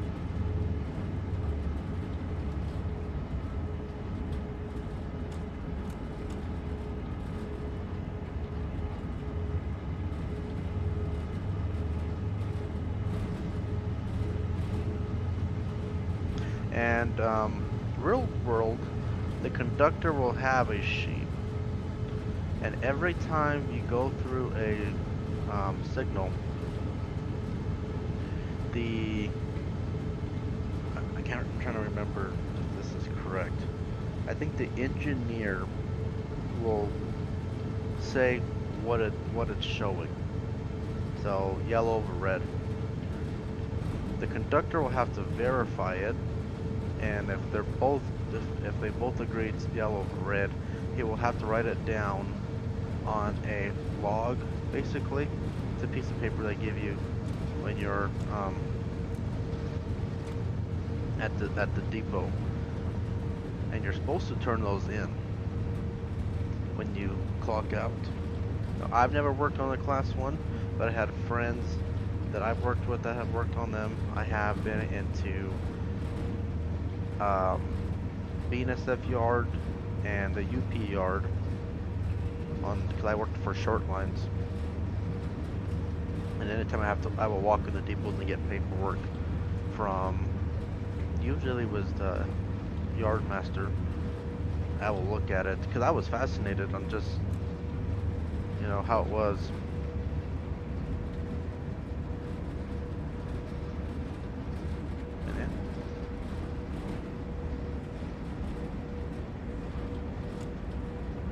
Now really picking up speed. And with that in mind,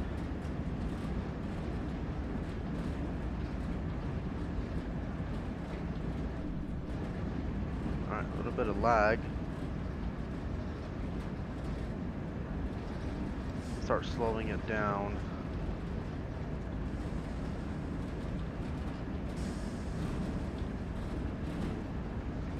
Throw some dynamics on there.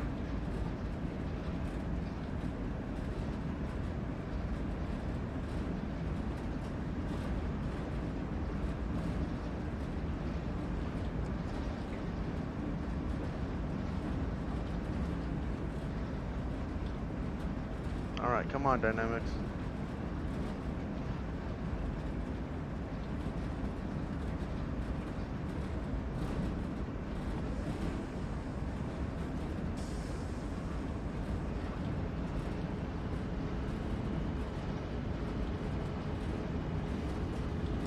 Alright, how come the dynamics don't want to kick in? Oh no. No, I'm not. That's why, because I wasn't in automatic.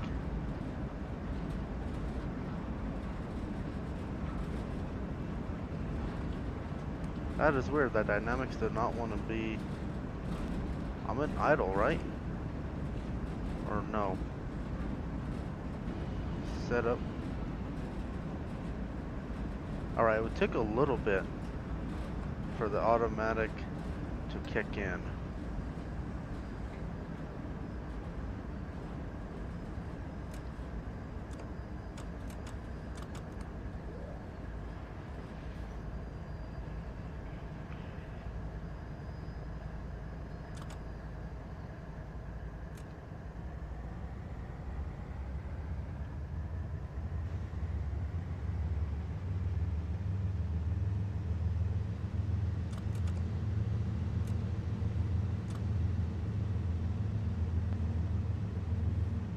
So that's wrong.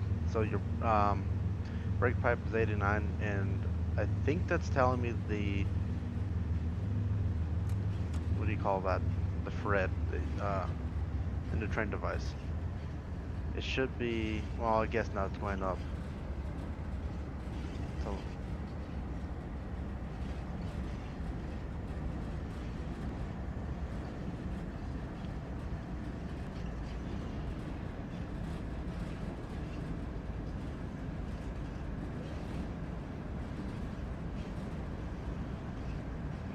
let's see here. I'm in idle.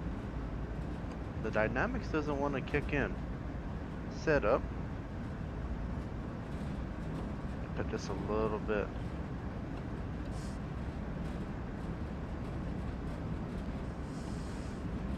Alright, so brake pipe should be going down in the rear.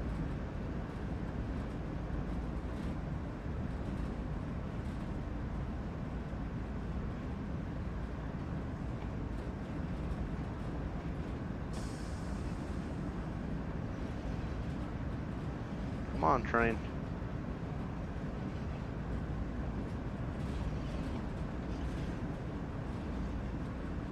Alright, it is not, the braking is not that wow. Not the automatic anyways.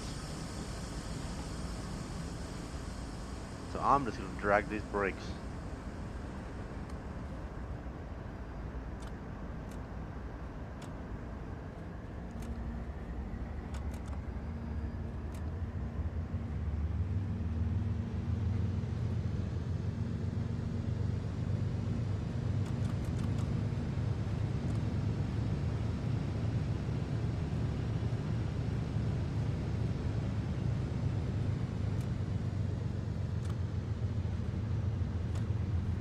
Because right there is that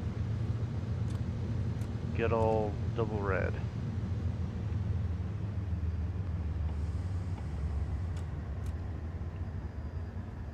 Seems like it takes a little bit for them to kick in.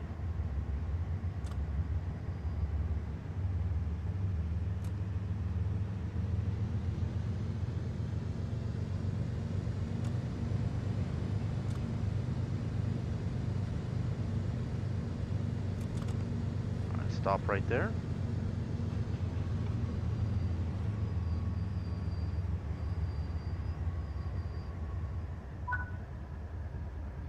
Nice to see you made it in one piece. Keep the train parked up here until dispatch gives you the green light. Okay. Since I am not moving anymore and on the main still, dim that. Oh, well, I guess that is it for that one.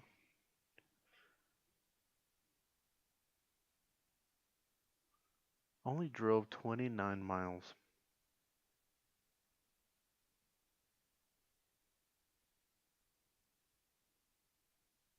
through the fire and flames.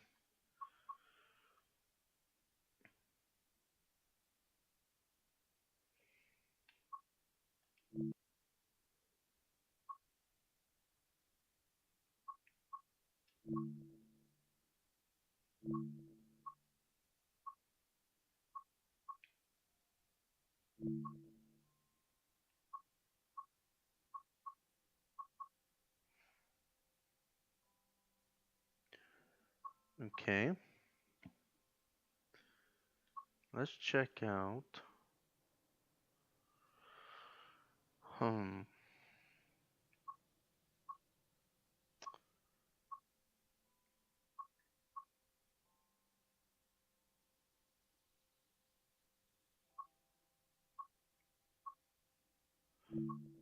Trying to see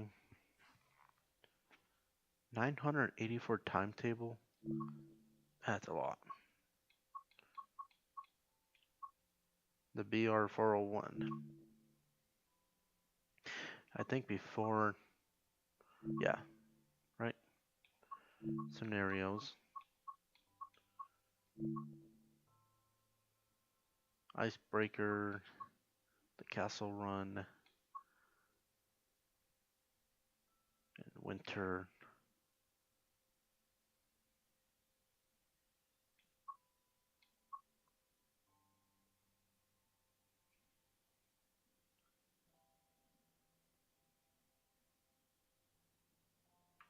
I think before I wanna.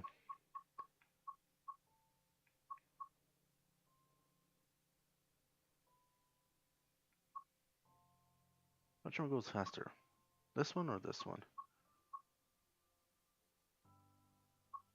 I'll do the 401.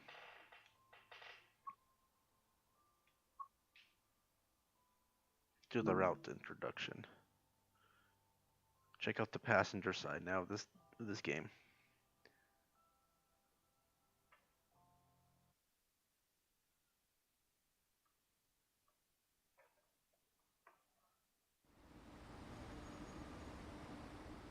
Welcome to Würzburg Hauptbahnhof, located in Bavaria, Germany. This region is renowned for its mountains, forests, lakes, and many ornate castles. There's a missing route map over there.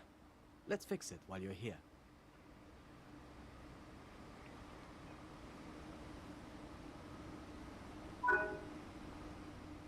There are more tasks to discover. Be sure to apply missing route maps, restock first aid points, bag up gravel, and update tunnel length signs. Wait for the train to arrive, okay? Can't pass this.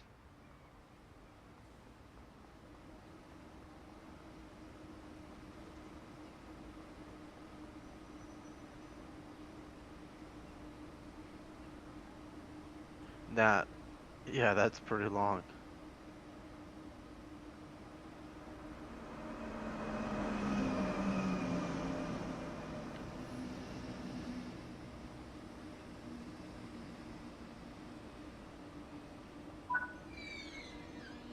Oh, your train has arrived. So let's climb aboard.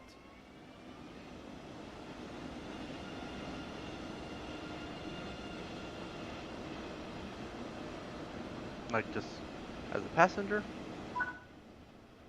Yep. Take a seat of any passenger seats. I'll sit right here.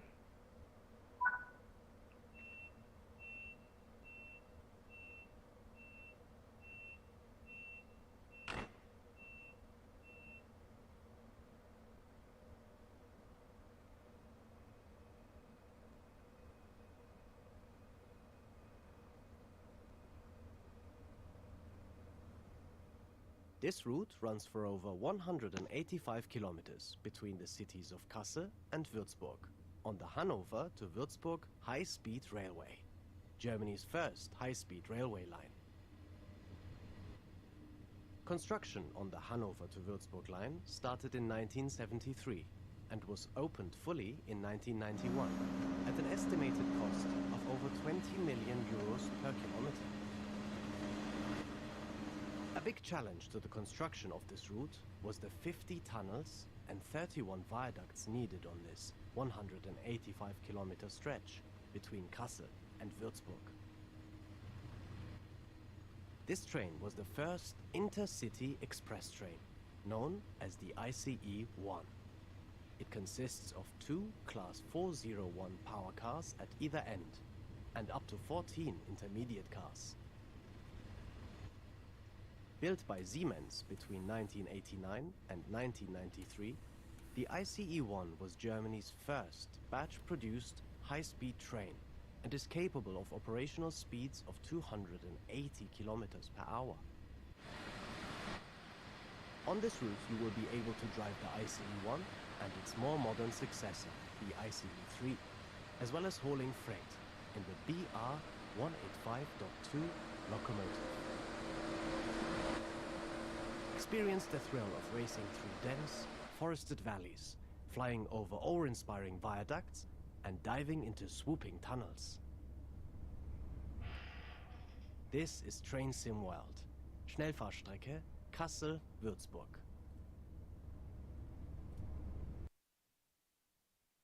Okay.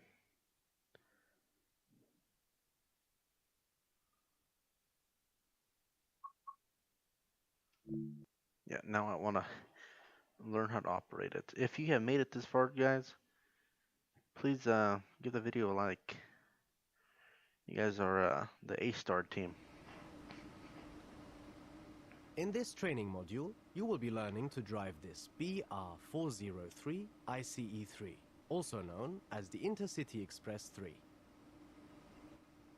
You will be driving the train a short distance and performing passenger operations.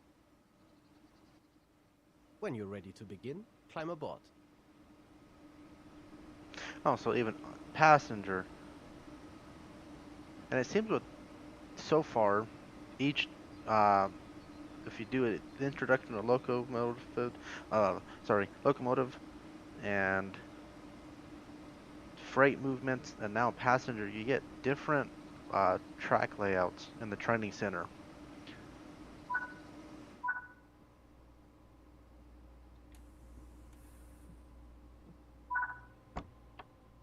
Take a seat in the driver's seat.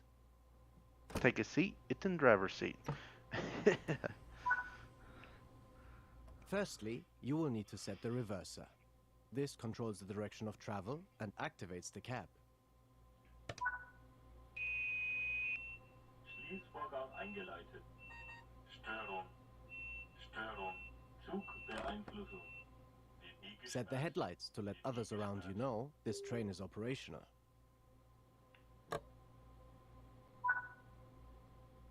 Open the passenger doors to allow boarding. Use the door control switch and set the doors to open.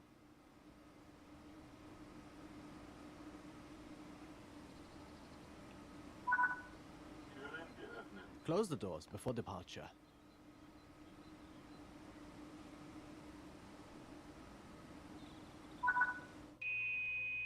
The train is now ready to depart. Release the brakes and apply some power to get moving. You'll be doing one circuit of the training center and aim to come to a stop back at the station again afterwards.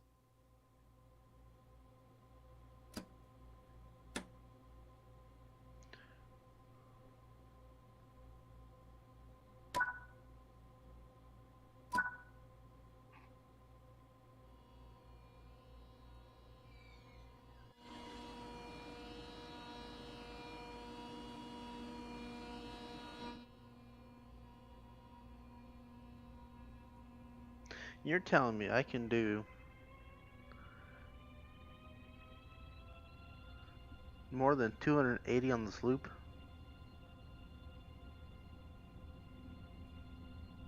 Oh, I'm gonna go full power here.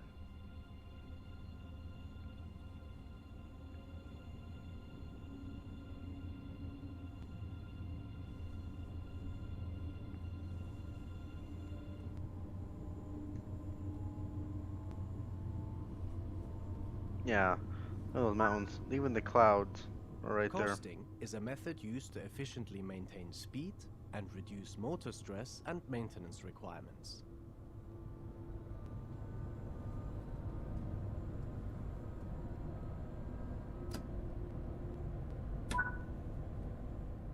Keeping to speed limits is important. If you begin overspeeding, apply a small amount of braking force using the train brake. This high-speed electrical multiple unit is manufactured by Siemens and is operated in Germany by Deutsche Bahn. These are the third generation of intercity express trains and have been in operation in Germany since the year 2000. The ICE3 runs at speeds of up to 300 kilometers per hour in Germany, although they've reached speeds of 368 kilometers per hour in testing. Rather than having a power car like the ICE1 and 2, the ICE3 has underfloor motors throughout. This means passengers can be seated in the entire length of the train. 300 kilometers?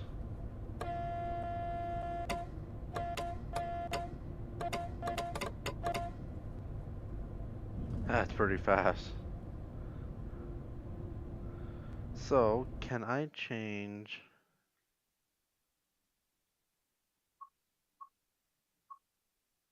Let's see if I can change the display mode.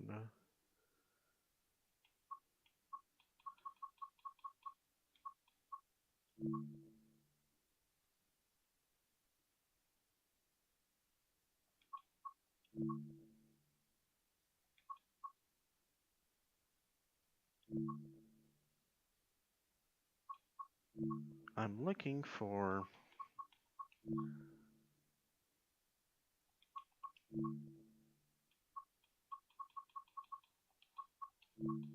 trying to change it from kilometers in a miles per hour to just miles per hour.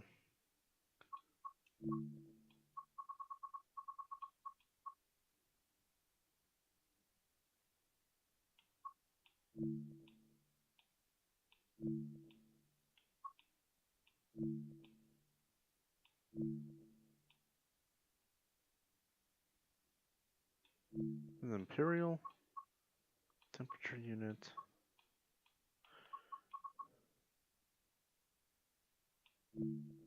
I'll leave that one automatic. Um,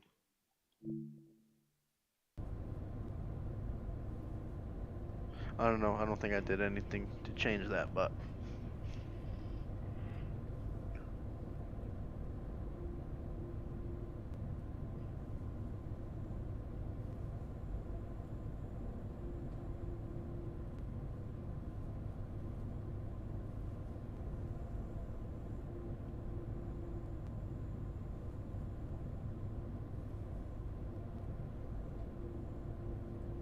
yeah, there's a bunch of trucks.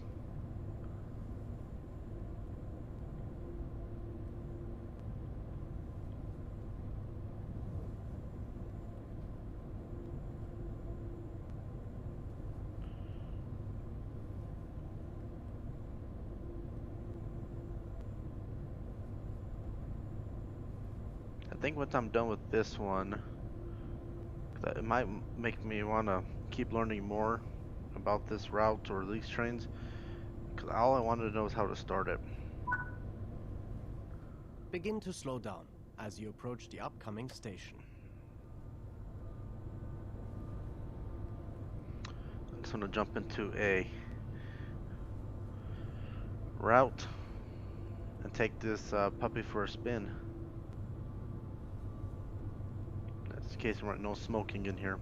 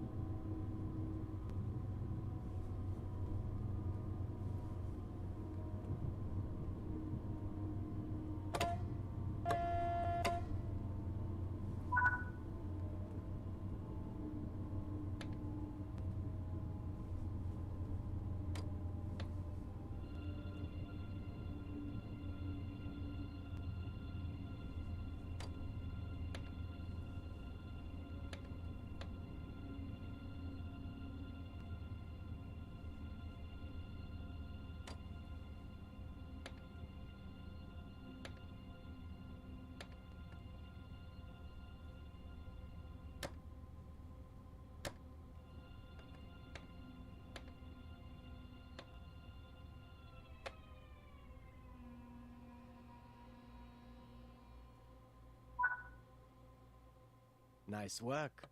Open the doors again to start boarding. Türen ge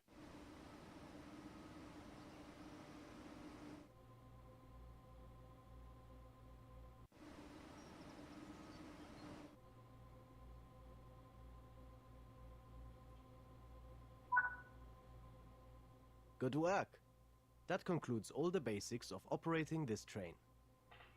Okay, cool.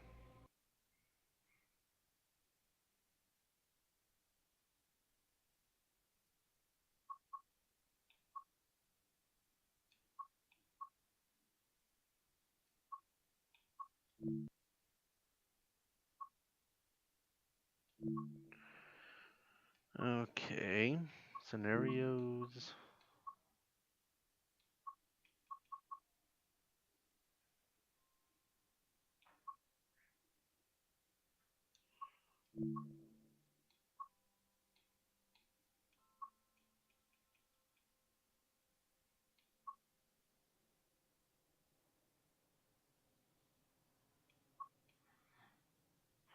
An afternoon rundown.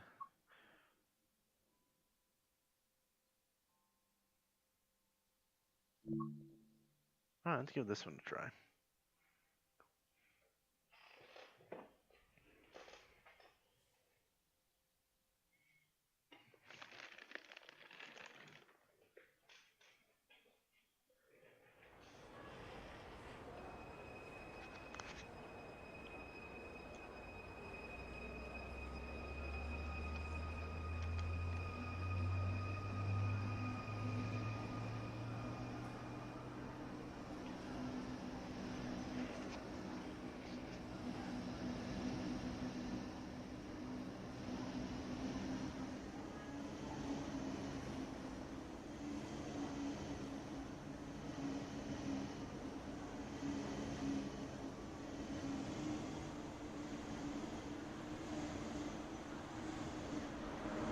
Alright, let me go see what little objectives I can do.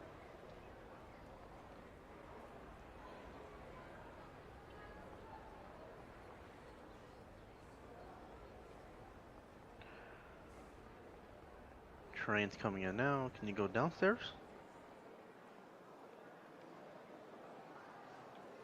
Sure can.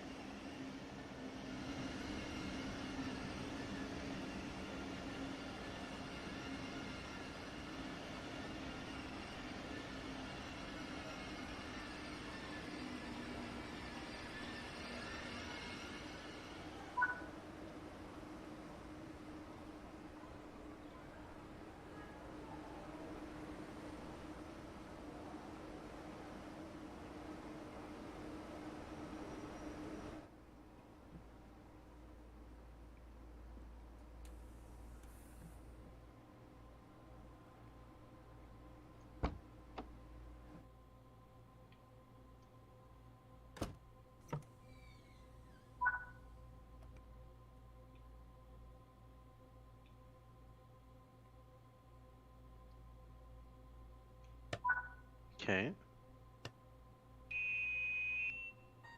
Störung, Störung. Zugbeeinflussung. WB gesperrt. WB gesperrt. Schließvorgang eingeleitet.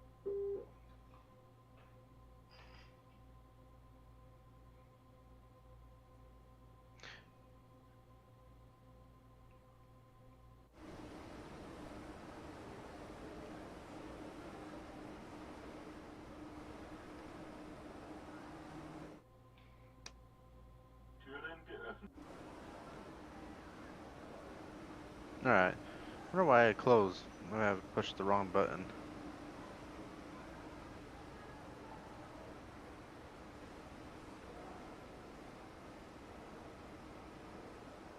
Not a whole lot of people got on.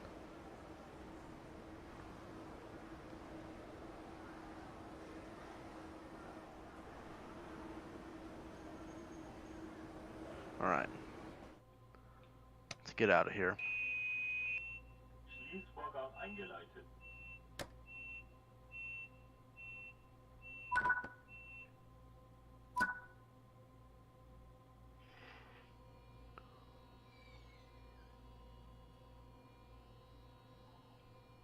'81.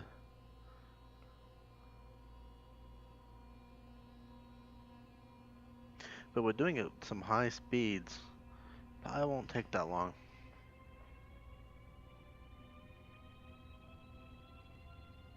And I don't think I'll be stopping since this is pretty much a high-speed rail. Like at stations and stuff like that.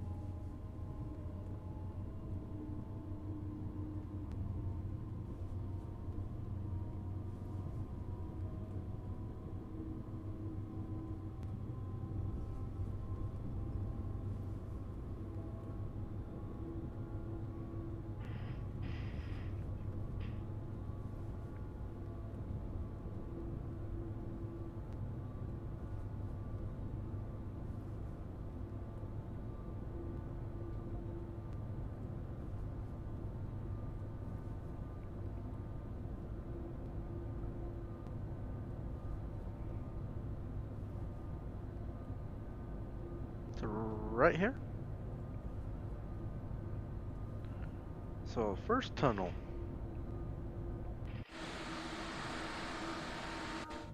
I'll wait till I get out of the tunnel to check out the scenery.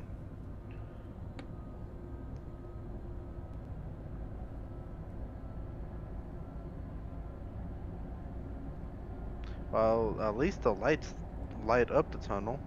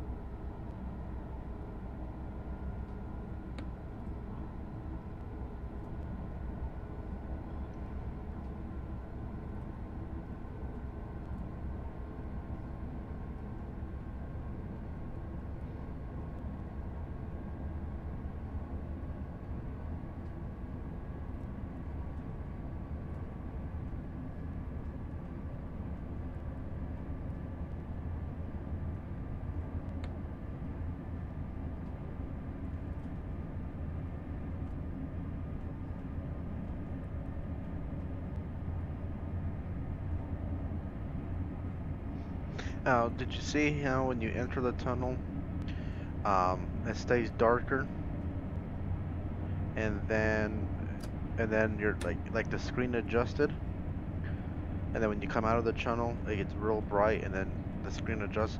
They add that into this game, and they wanted to get the real life experience. When you go into a dark place, your pupils dilate, right? Your pupils change. So he said, hey, let's add that in the game. So that's pretty cool how they added that.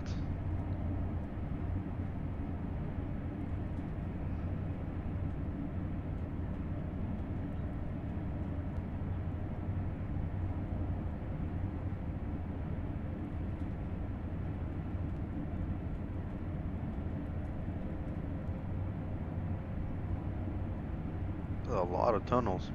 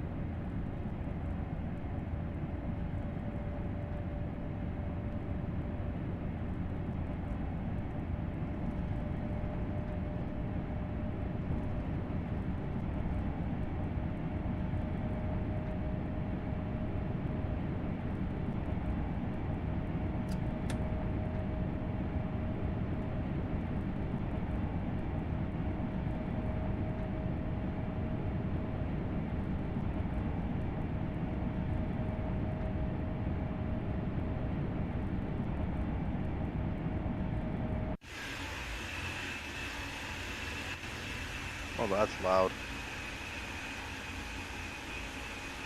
That is pretty loud. Like things are still loading in.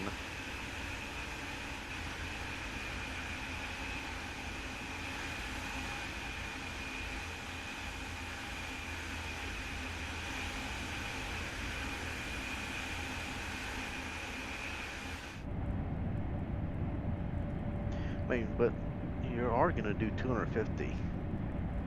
So that's not really that slow.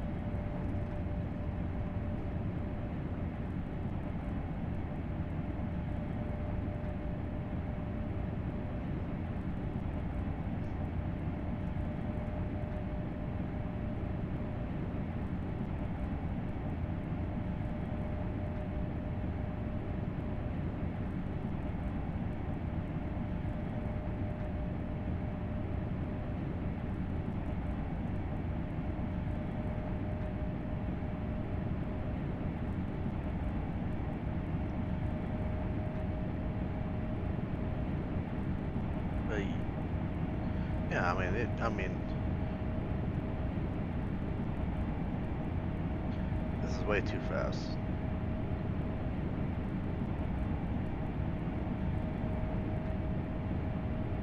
But at the same time, pretty cool. I wonder how it is to be on this in real life.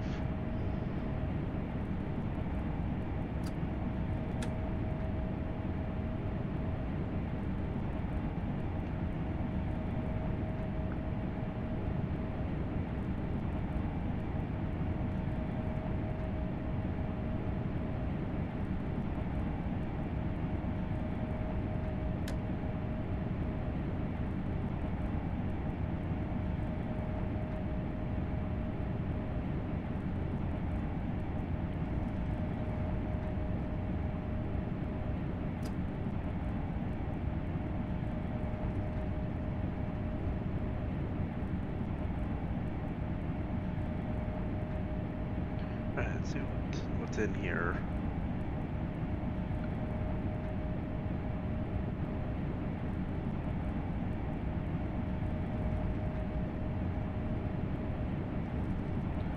Cab light, headlight, normal, high beams. So normal.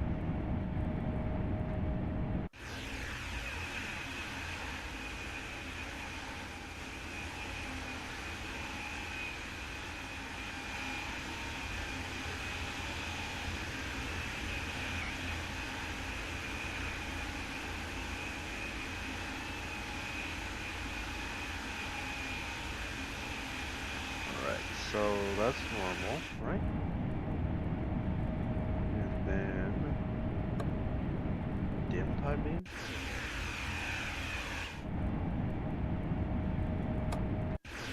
Oh, okay.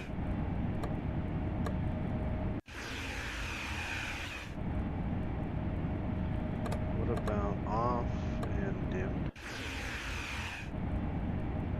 Normal. Okay. Oh, I'll just leave them up there. Does this make a difference?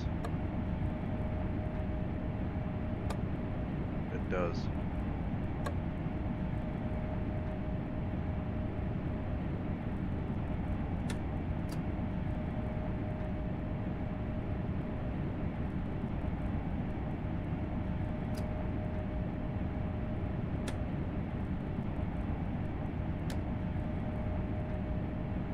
Sand. Horn. Low. High. And obviously these locomotives were in TSW2. So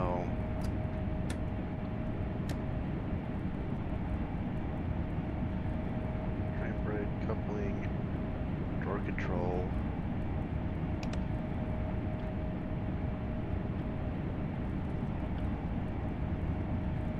wiper.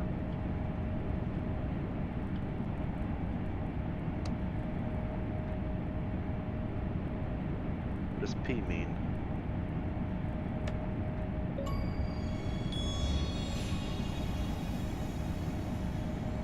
Drive any locomotive for 50 miles.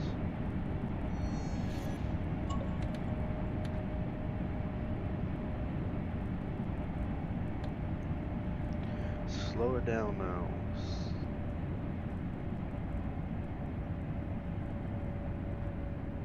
So there's not a whole lot of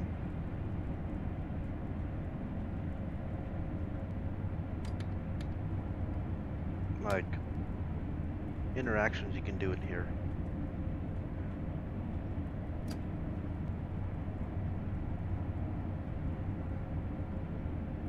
Release parking brake? Yeah. Max 330. So would I be able to do 330?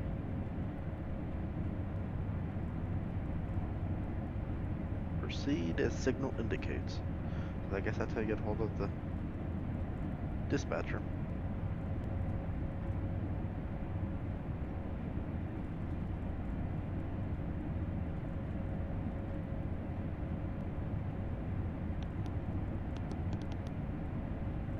Not a whole lot right there.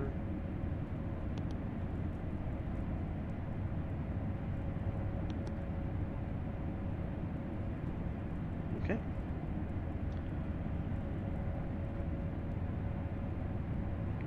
So really no difference between last game and this, you know, again, TSW2 and this one. Besides, I think this one is like almost 150 miles longer. 130, somewhere in there.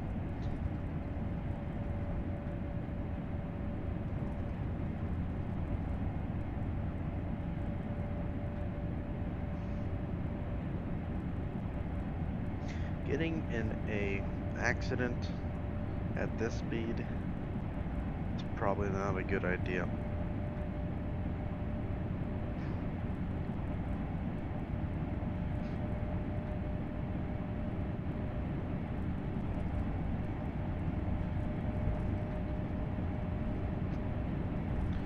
So I started down here, worked way up.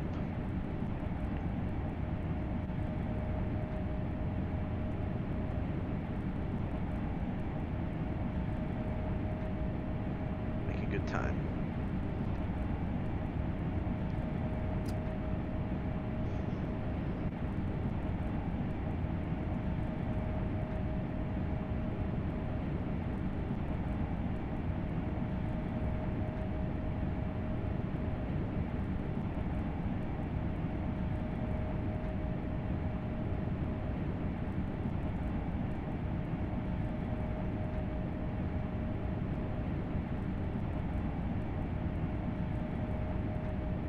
Now since I can do 330 according to the sticker, I wonder if it picks up like in this area. This one's kind of curvy, and then here's kind of that flatter, straight track.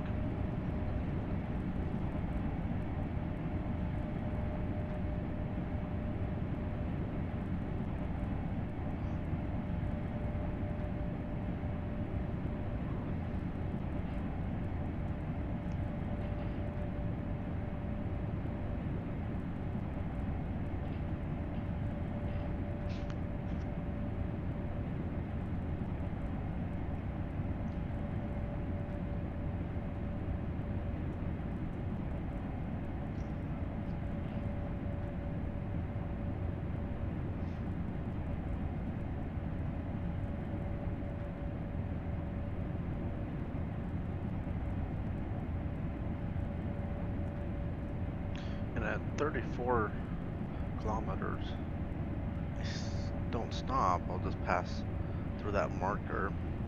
So I wonder how much further to go, because it did say I had to like swap, maybe Maybe stop within here, maybe?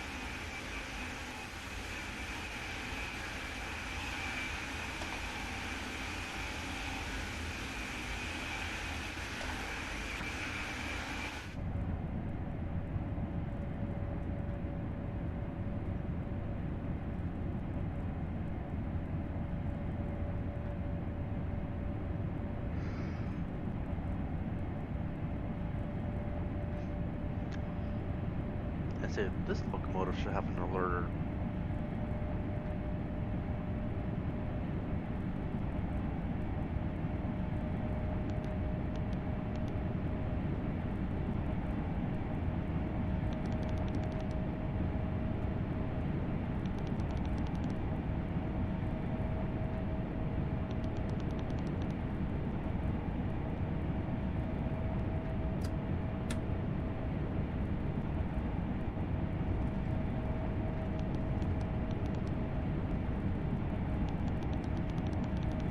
I'm trying to turn it back on.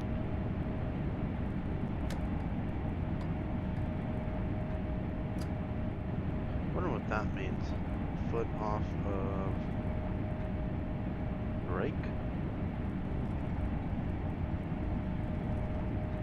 And is this how long I've been running?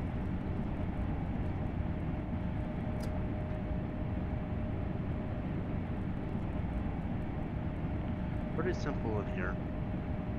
Looks like just a few buttons just to mess with, and that's about it.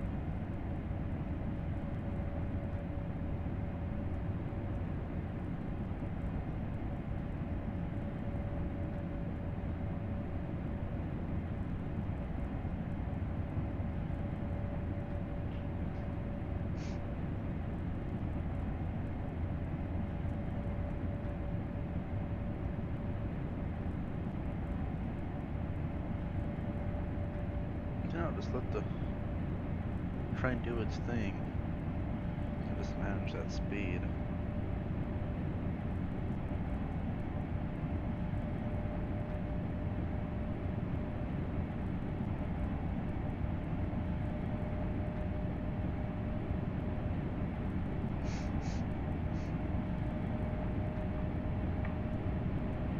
And for me going this fast, it's not. The game's not really freaking out.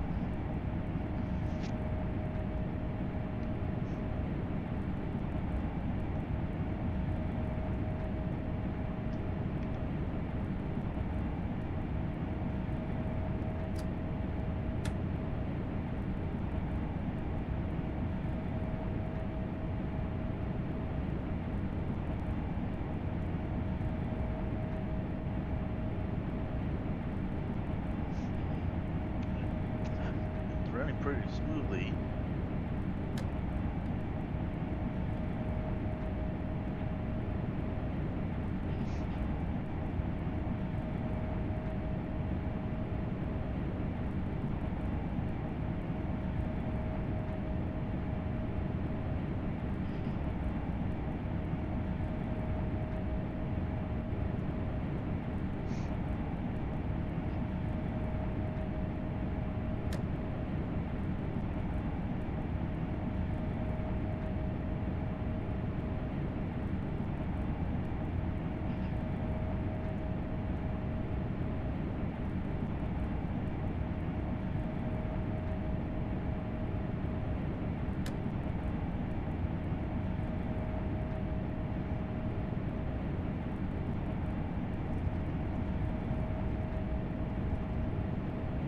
Sean, no, sorry, man.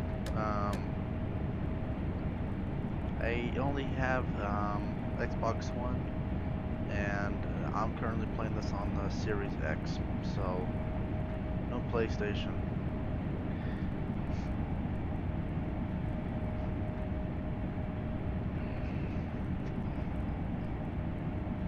I kind of wish I played on a PC so I can use the what do you call? I don't remember the company name, but they make the like the controls that you can just plug into your PC instead of using the controller.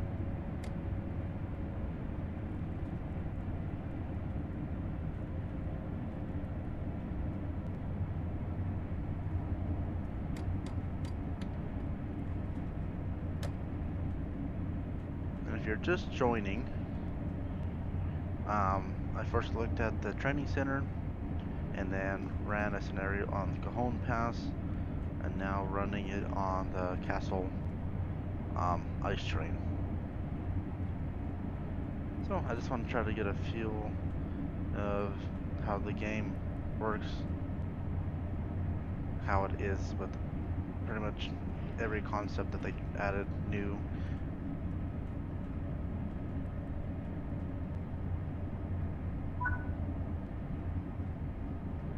Stop at Fulda and let me see if I was. Yeah, okay.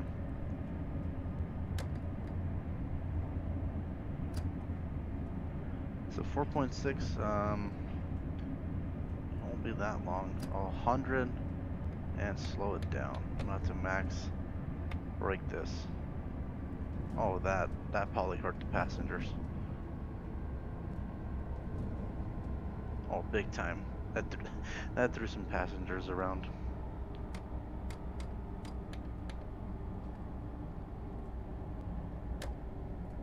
From braking that hard to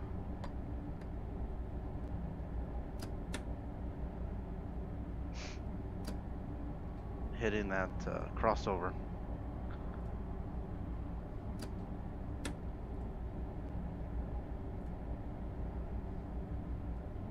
Yeah, it is. I um, I don't know if it's what's going on, but I have the Cajon Pass scenery was much better looking than this one, and I wonder if it's because I'm doing I was doing 250 kilometers an hour. So for the game to register that fast, I mean, it's understandable why the graphics are not as good as the Cajon Pass. But I mean, the sunset looks good.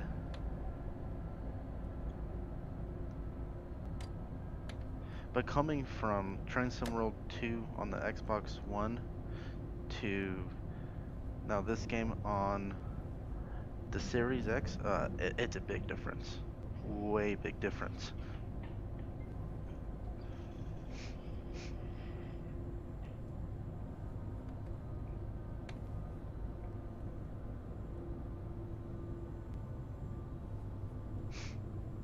Alright, coming into the first station, I think I'll have to swap to another train. Slow it down some more.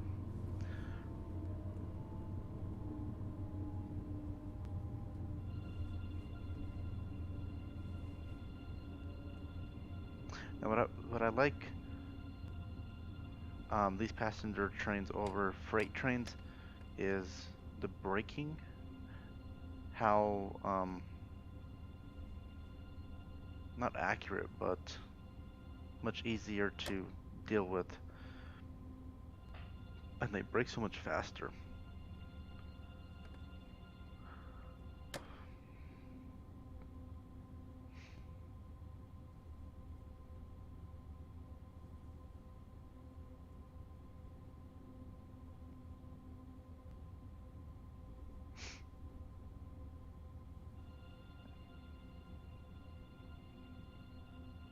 Pringles.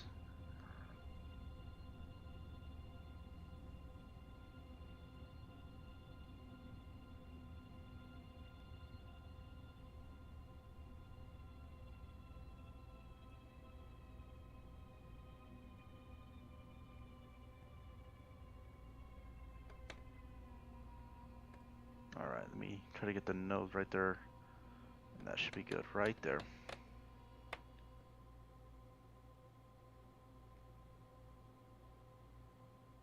Wait until 6:32.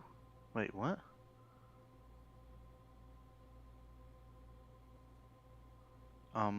It says 19. Türen geöffnet. What do you mean I have to wait till 6:32? No driver will take over the service. Let's disembark. Okay. I was about to say, it's 1900.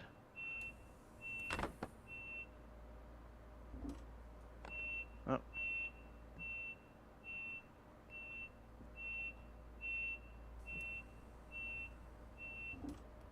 Yeah, please let me out of here.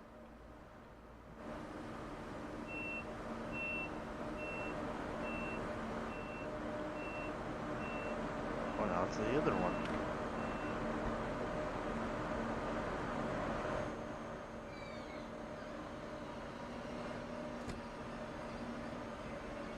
That operator's like, nah, I'm not picking up passengers. Just left.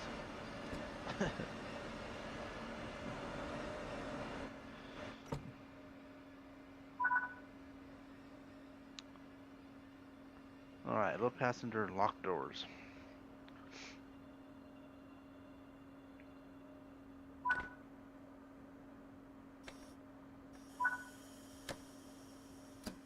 Alright, apply power to get moving. Alright, I gotta be in Castle, or I'm not even gonna pronounce that W word by 1936. So 33 minutes, 86 kilometers.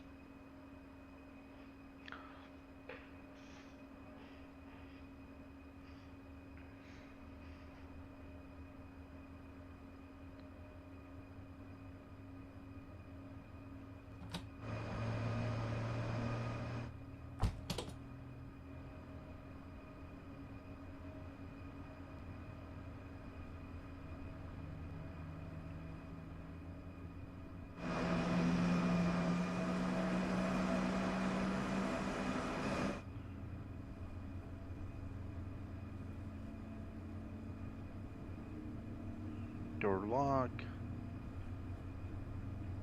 Turn the. So. I'll leave it on the desk light.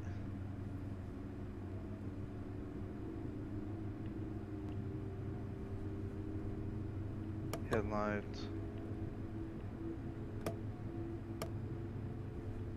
I'll do bright. Oh, that's a train I just got off of.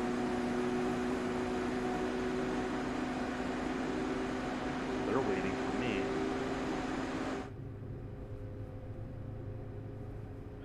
Again, send. What is this one? Don't know. Train line on.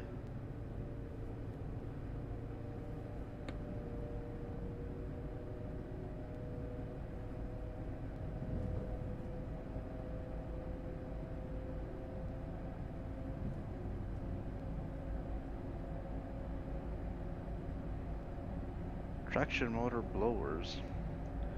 Air compressor. Yeah, this sunset is pretty nice.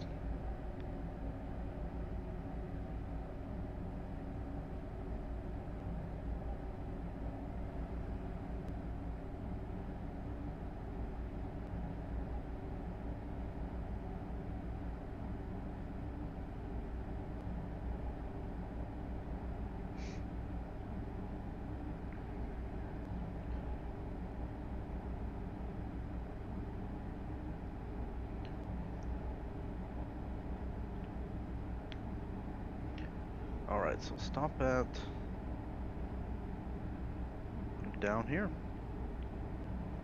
So that's the, let's see here. Halfway point is right here in this station area.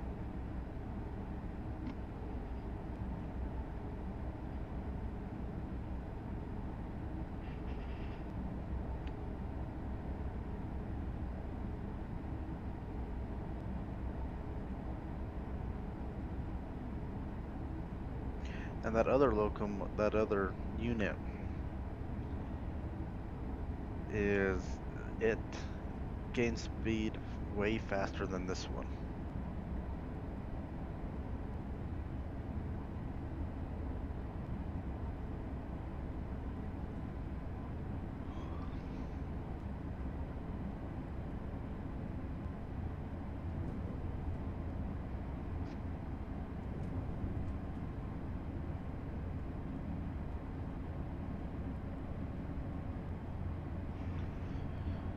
Well, would that have been 80 kilometers?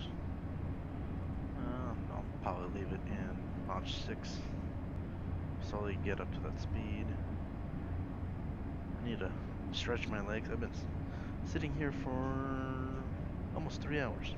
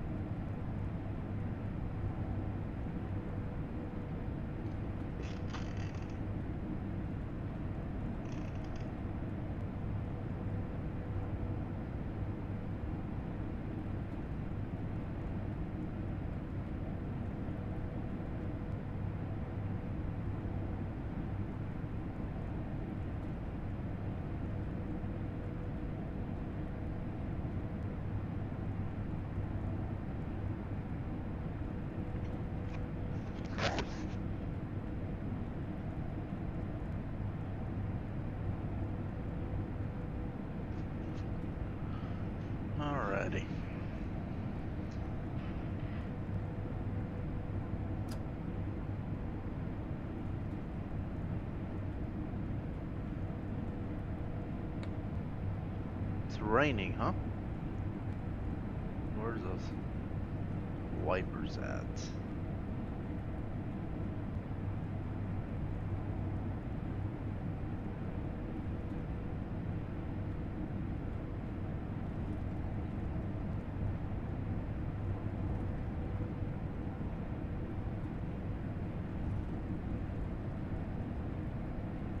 Wiper mode.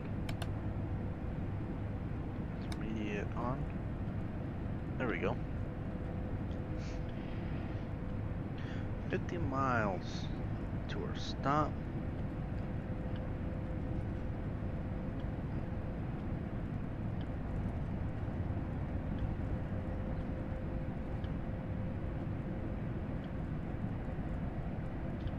Yeah, I think that's how long I've been running this train for. Not this train, but both trains. 19 minutes?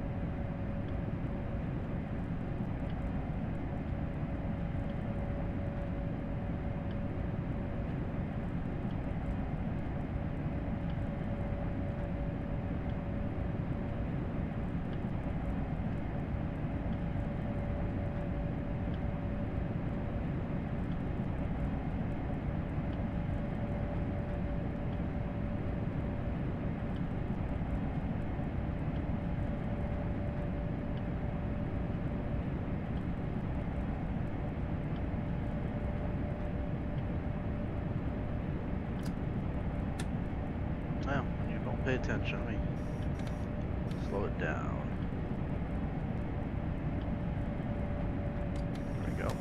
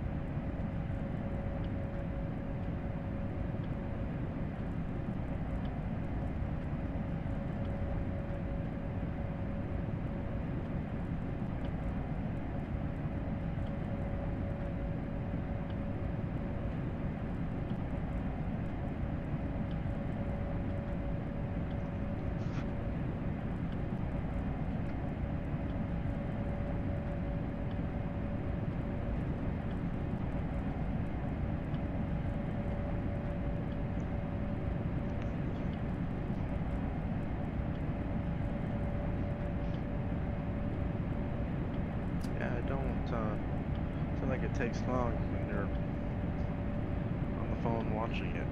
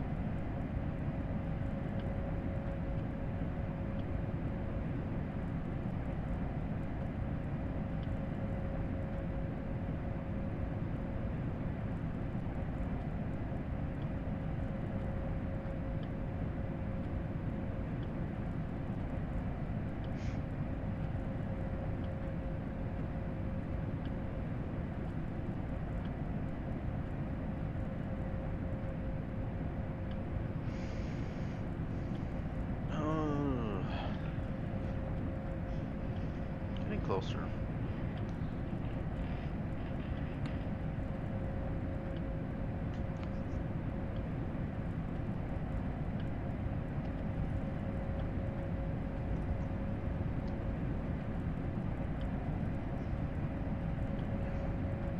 Now, I would be on the outside of the locomotive here, but it's like way too loud.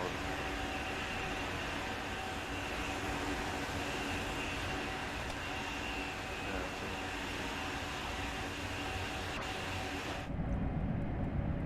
so see, and the other thing they said too was time, like go down the line, you can be a nice sunset. It was a nice sunset, and 14 miles out, it's raining. Well, it's pretty cool.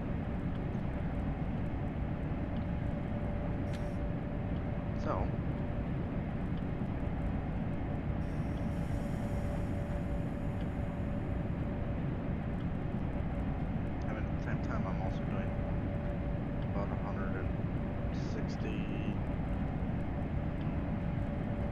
70 miles. Kilometers, I should say. So a lot can change within that. Alright, 10 miles.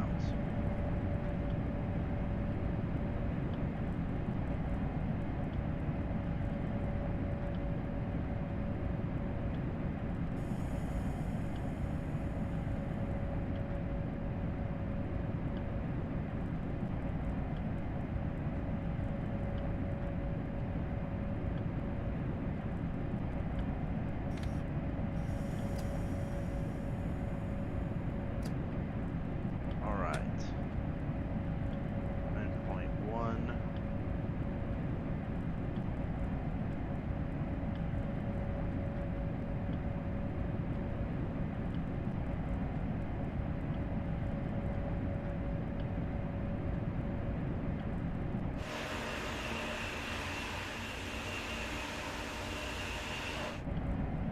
Let me see here.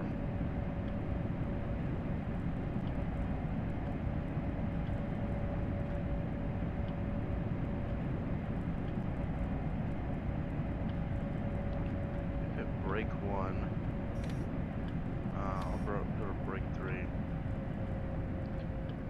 Just about 1.2. Let's do 180.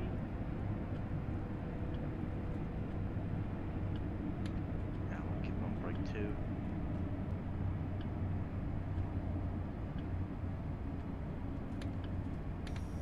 Alright, there's 180. That thing came up pretty quick.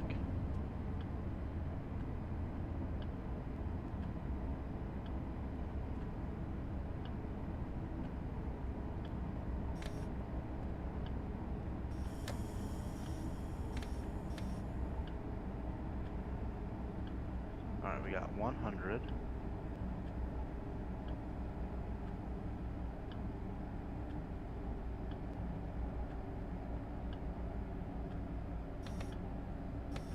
Alright, train. Alright, 100.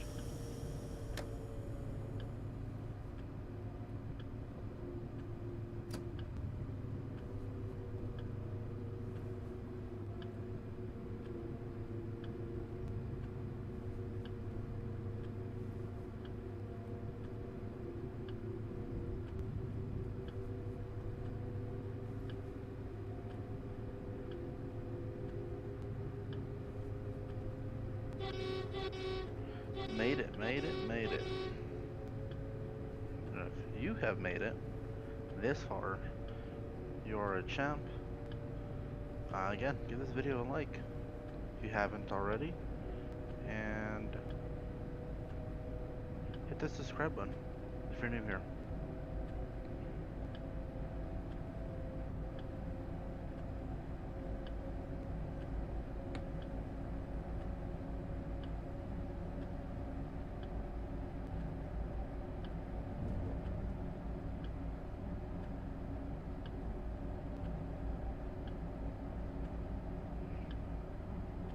Try to stay under 130 out to 120.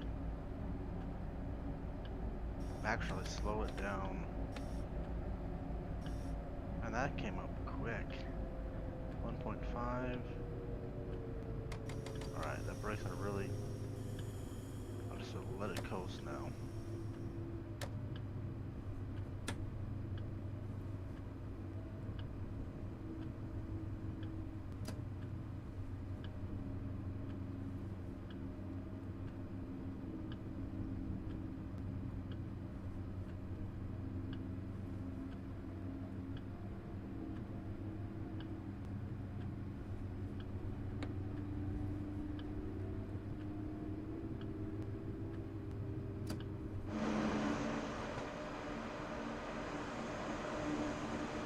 See if we get sparks.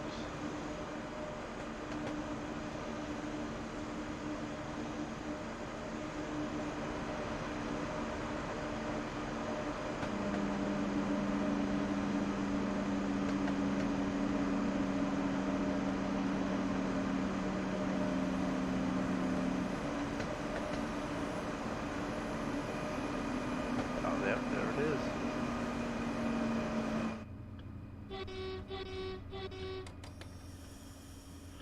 finally have umbrellas. They have jackets on.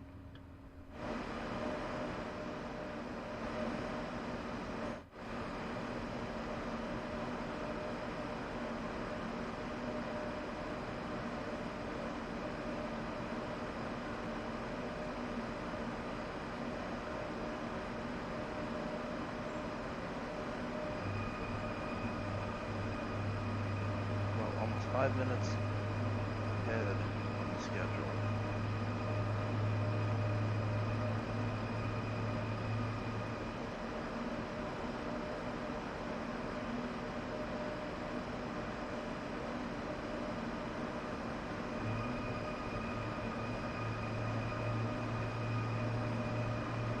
I bet they go through breaks pretty quickly.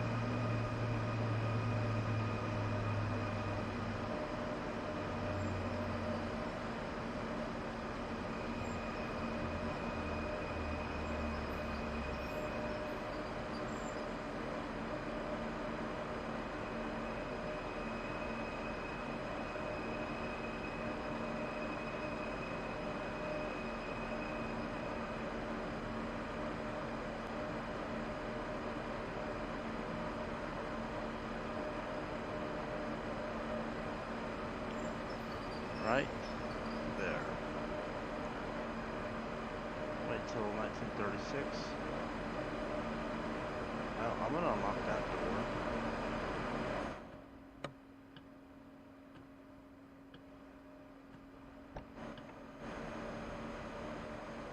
I think I came to this door.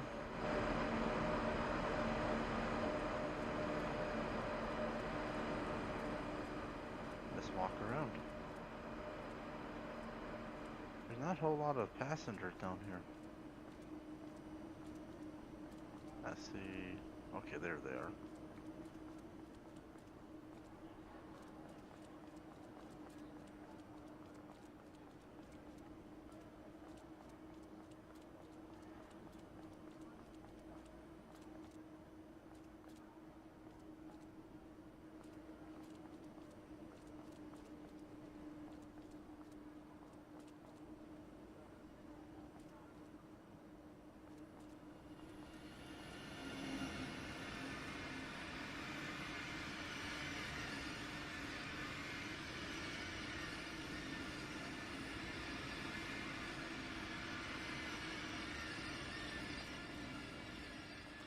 Well, I didn't realize this was that long of a train.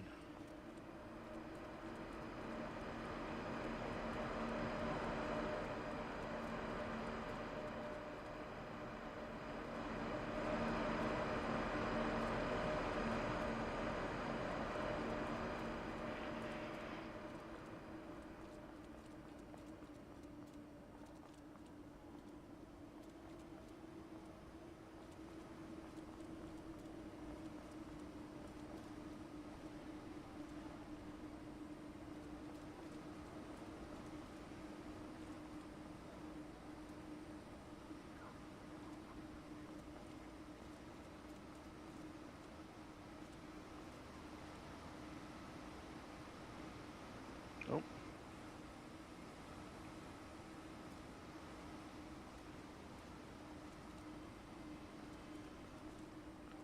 upstairs?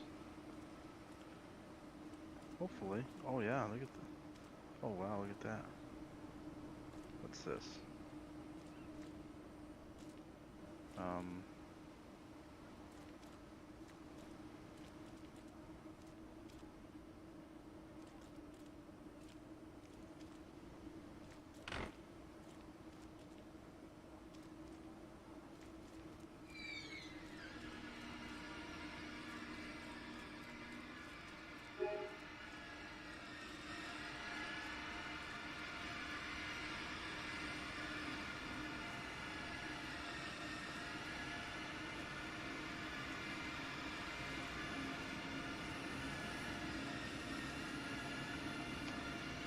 I better get back. 40 seconds. That should be it. Hopefully just tie it down right here.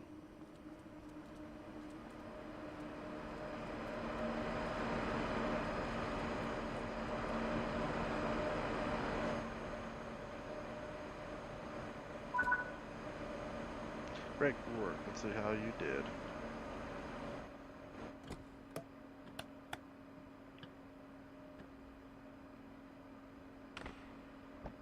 Come on, I don't want to.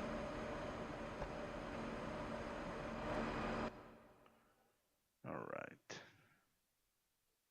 Gold medal. An hour and 6 minutes. 129, 182.9, 1.4.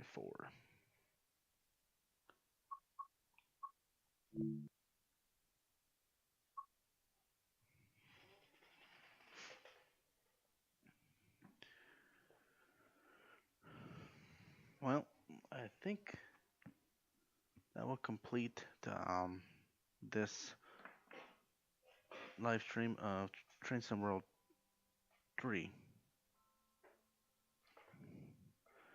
Again, thank you for everyone that showed up. Thank you for your support. And be expecting in the future more content from this game. But again, until next time, we will see you all later.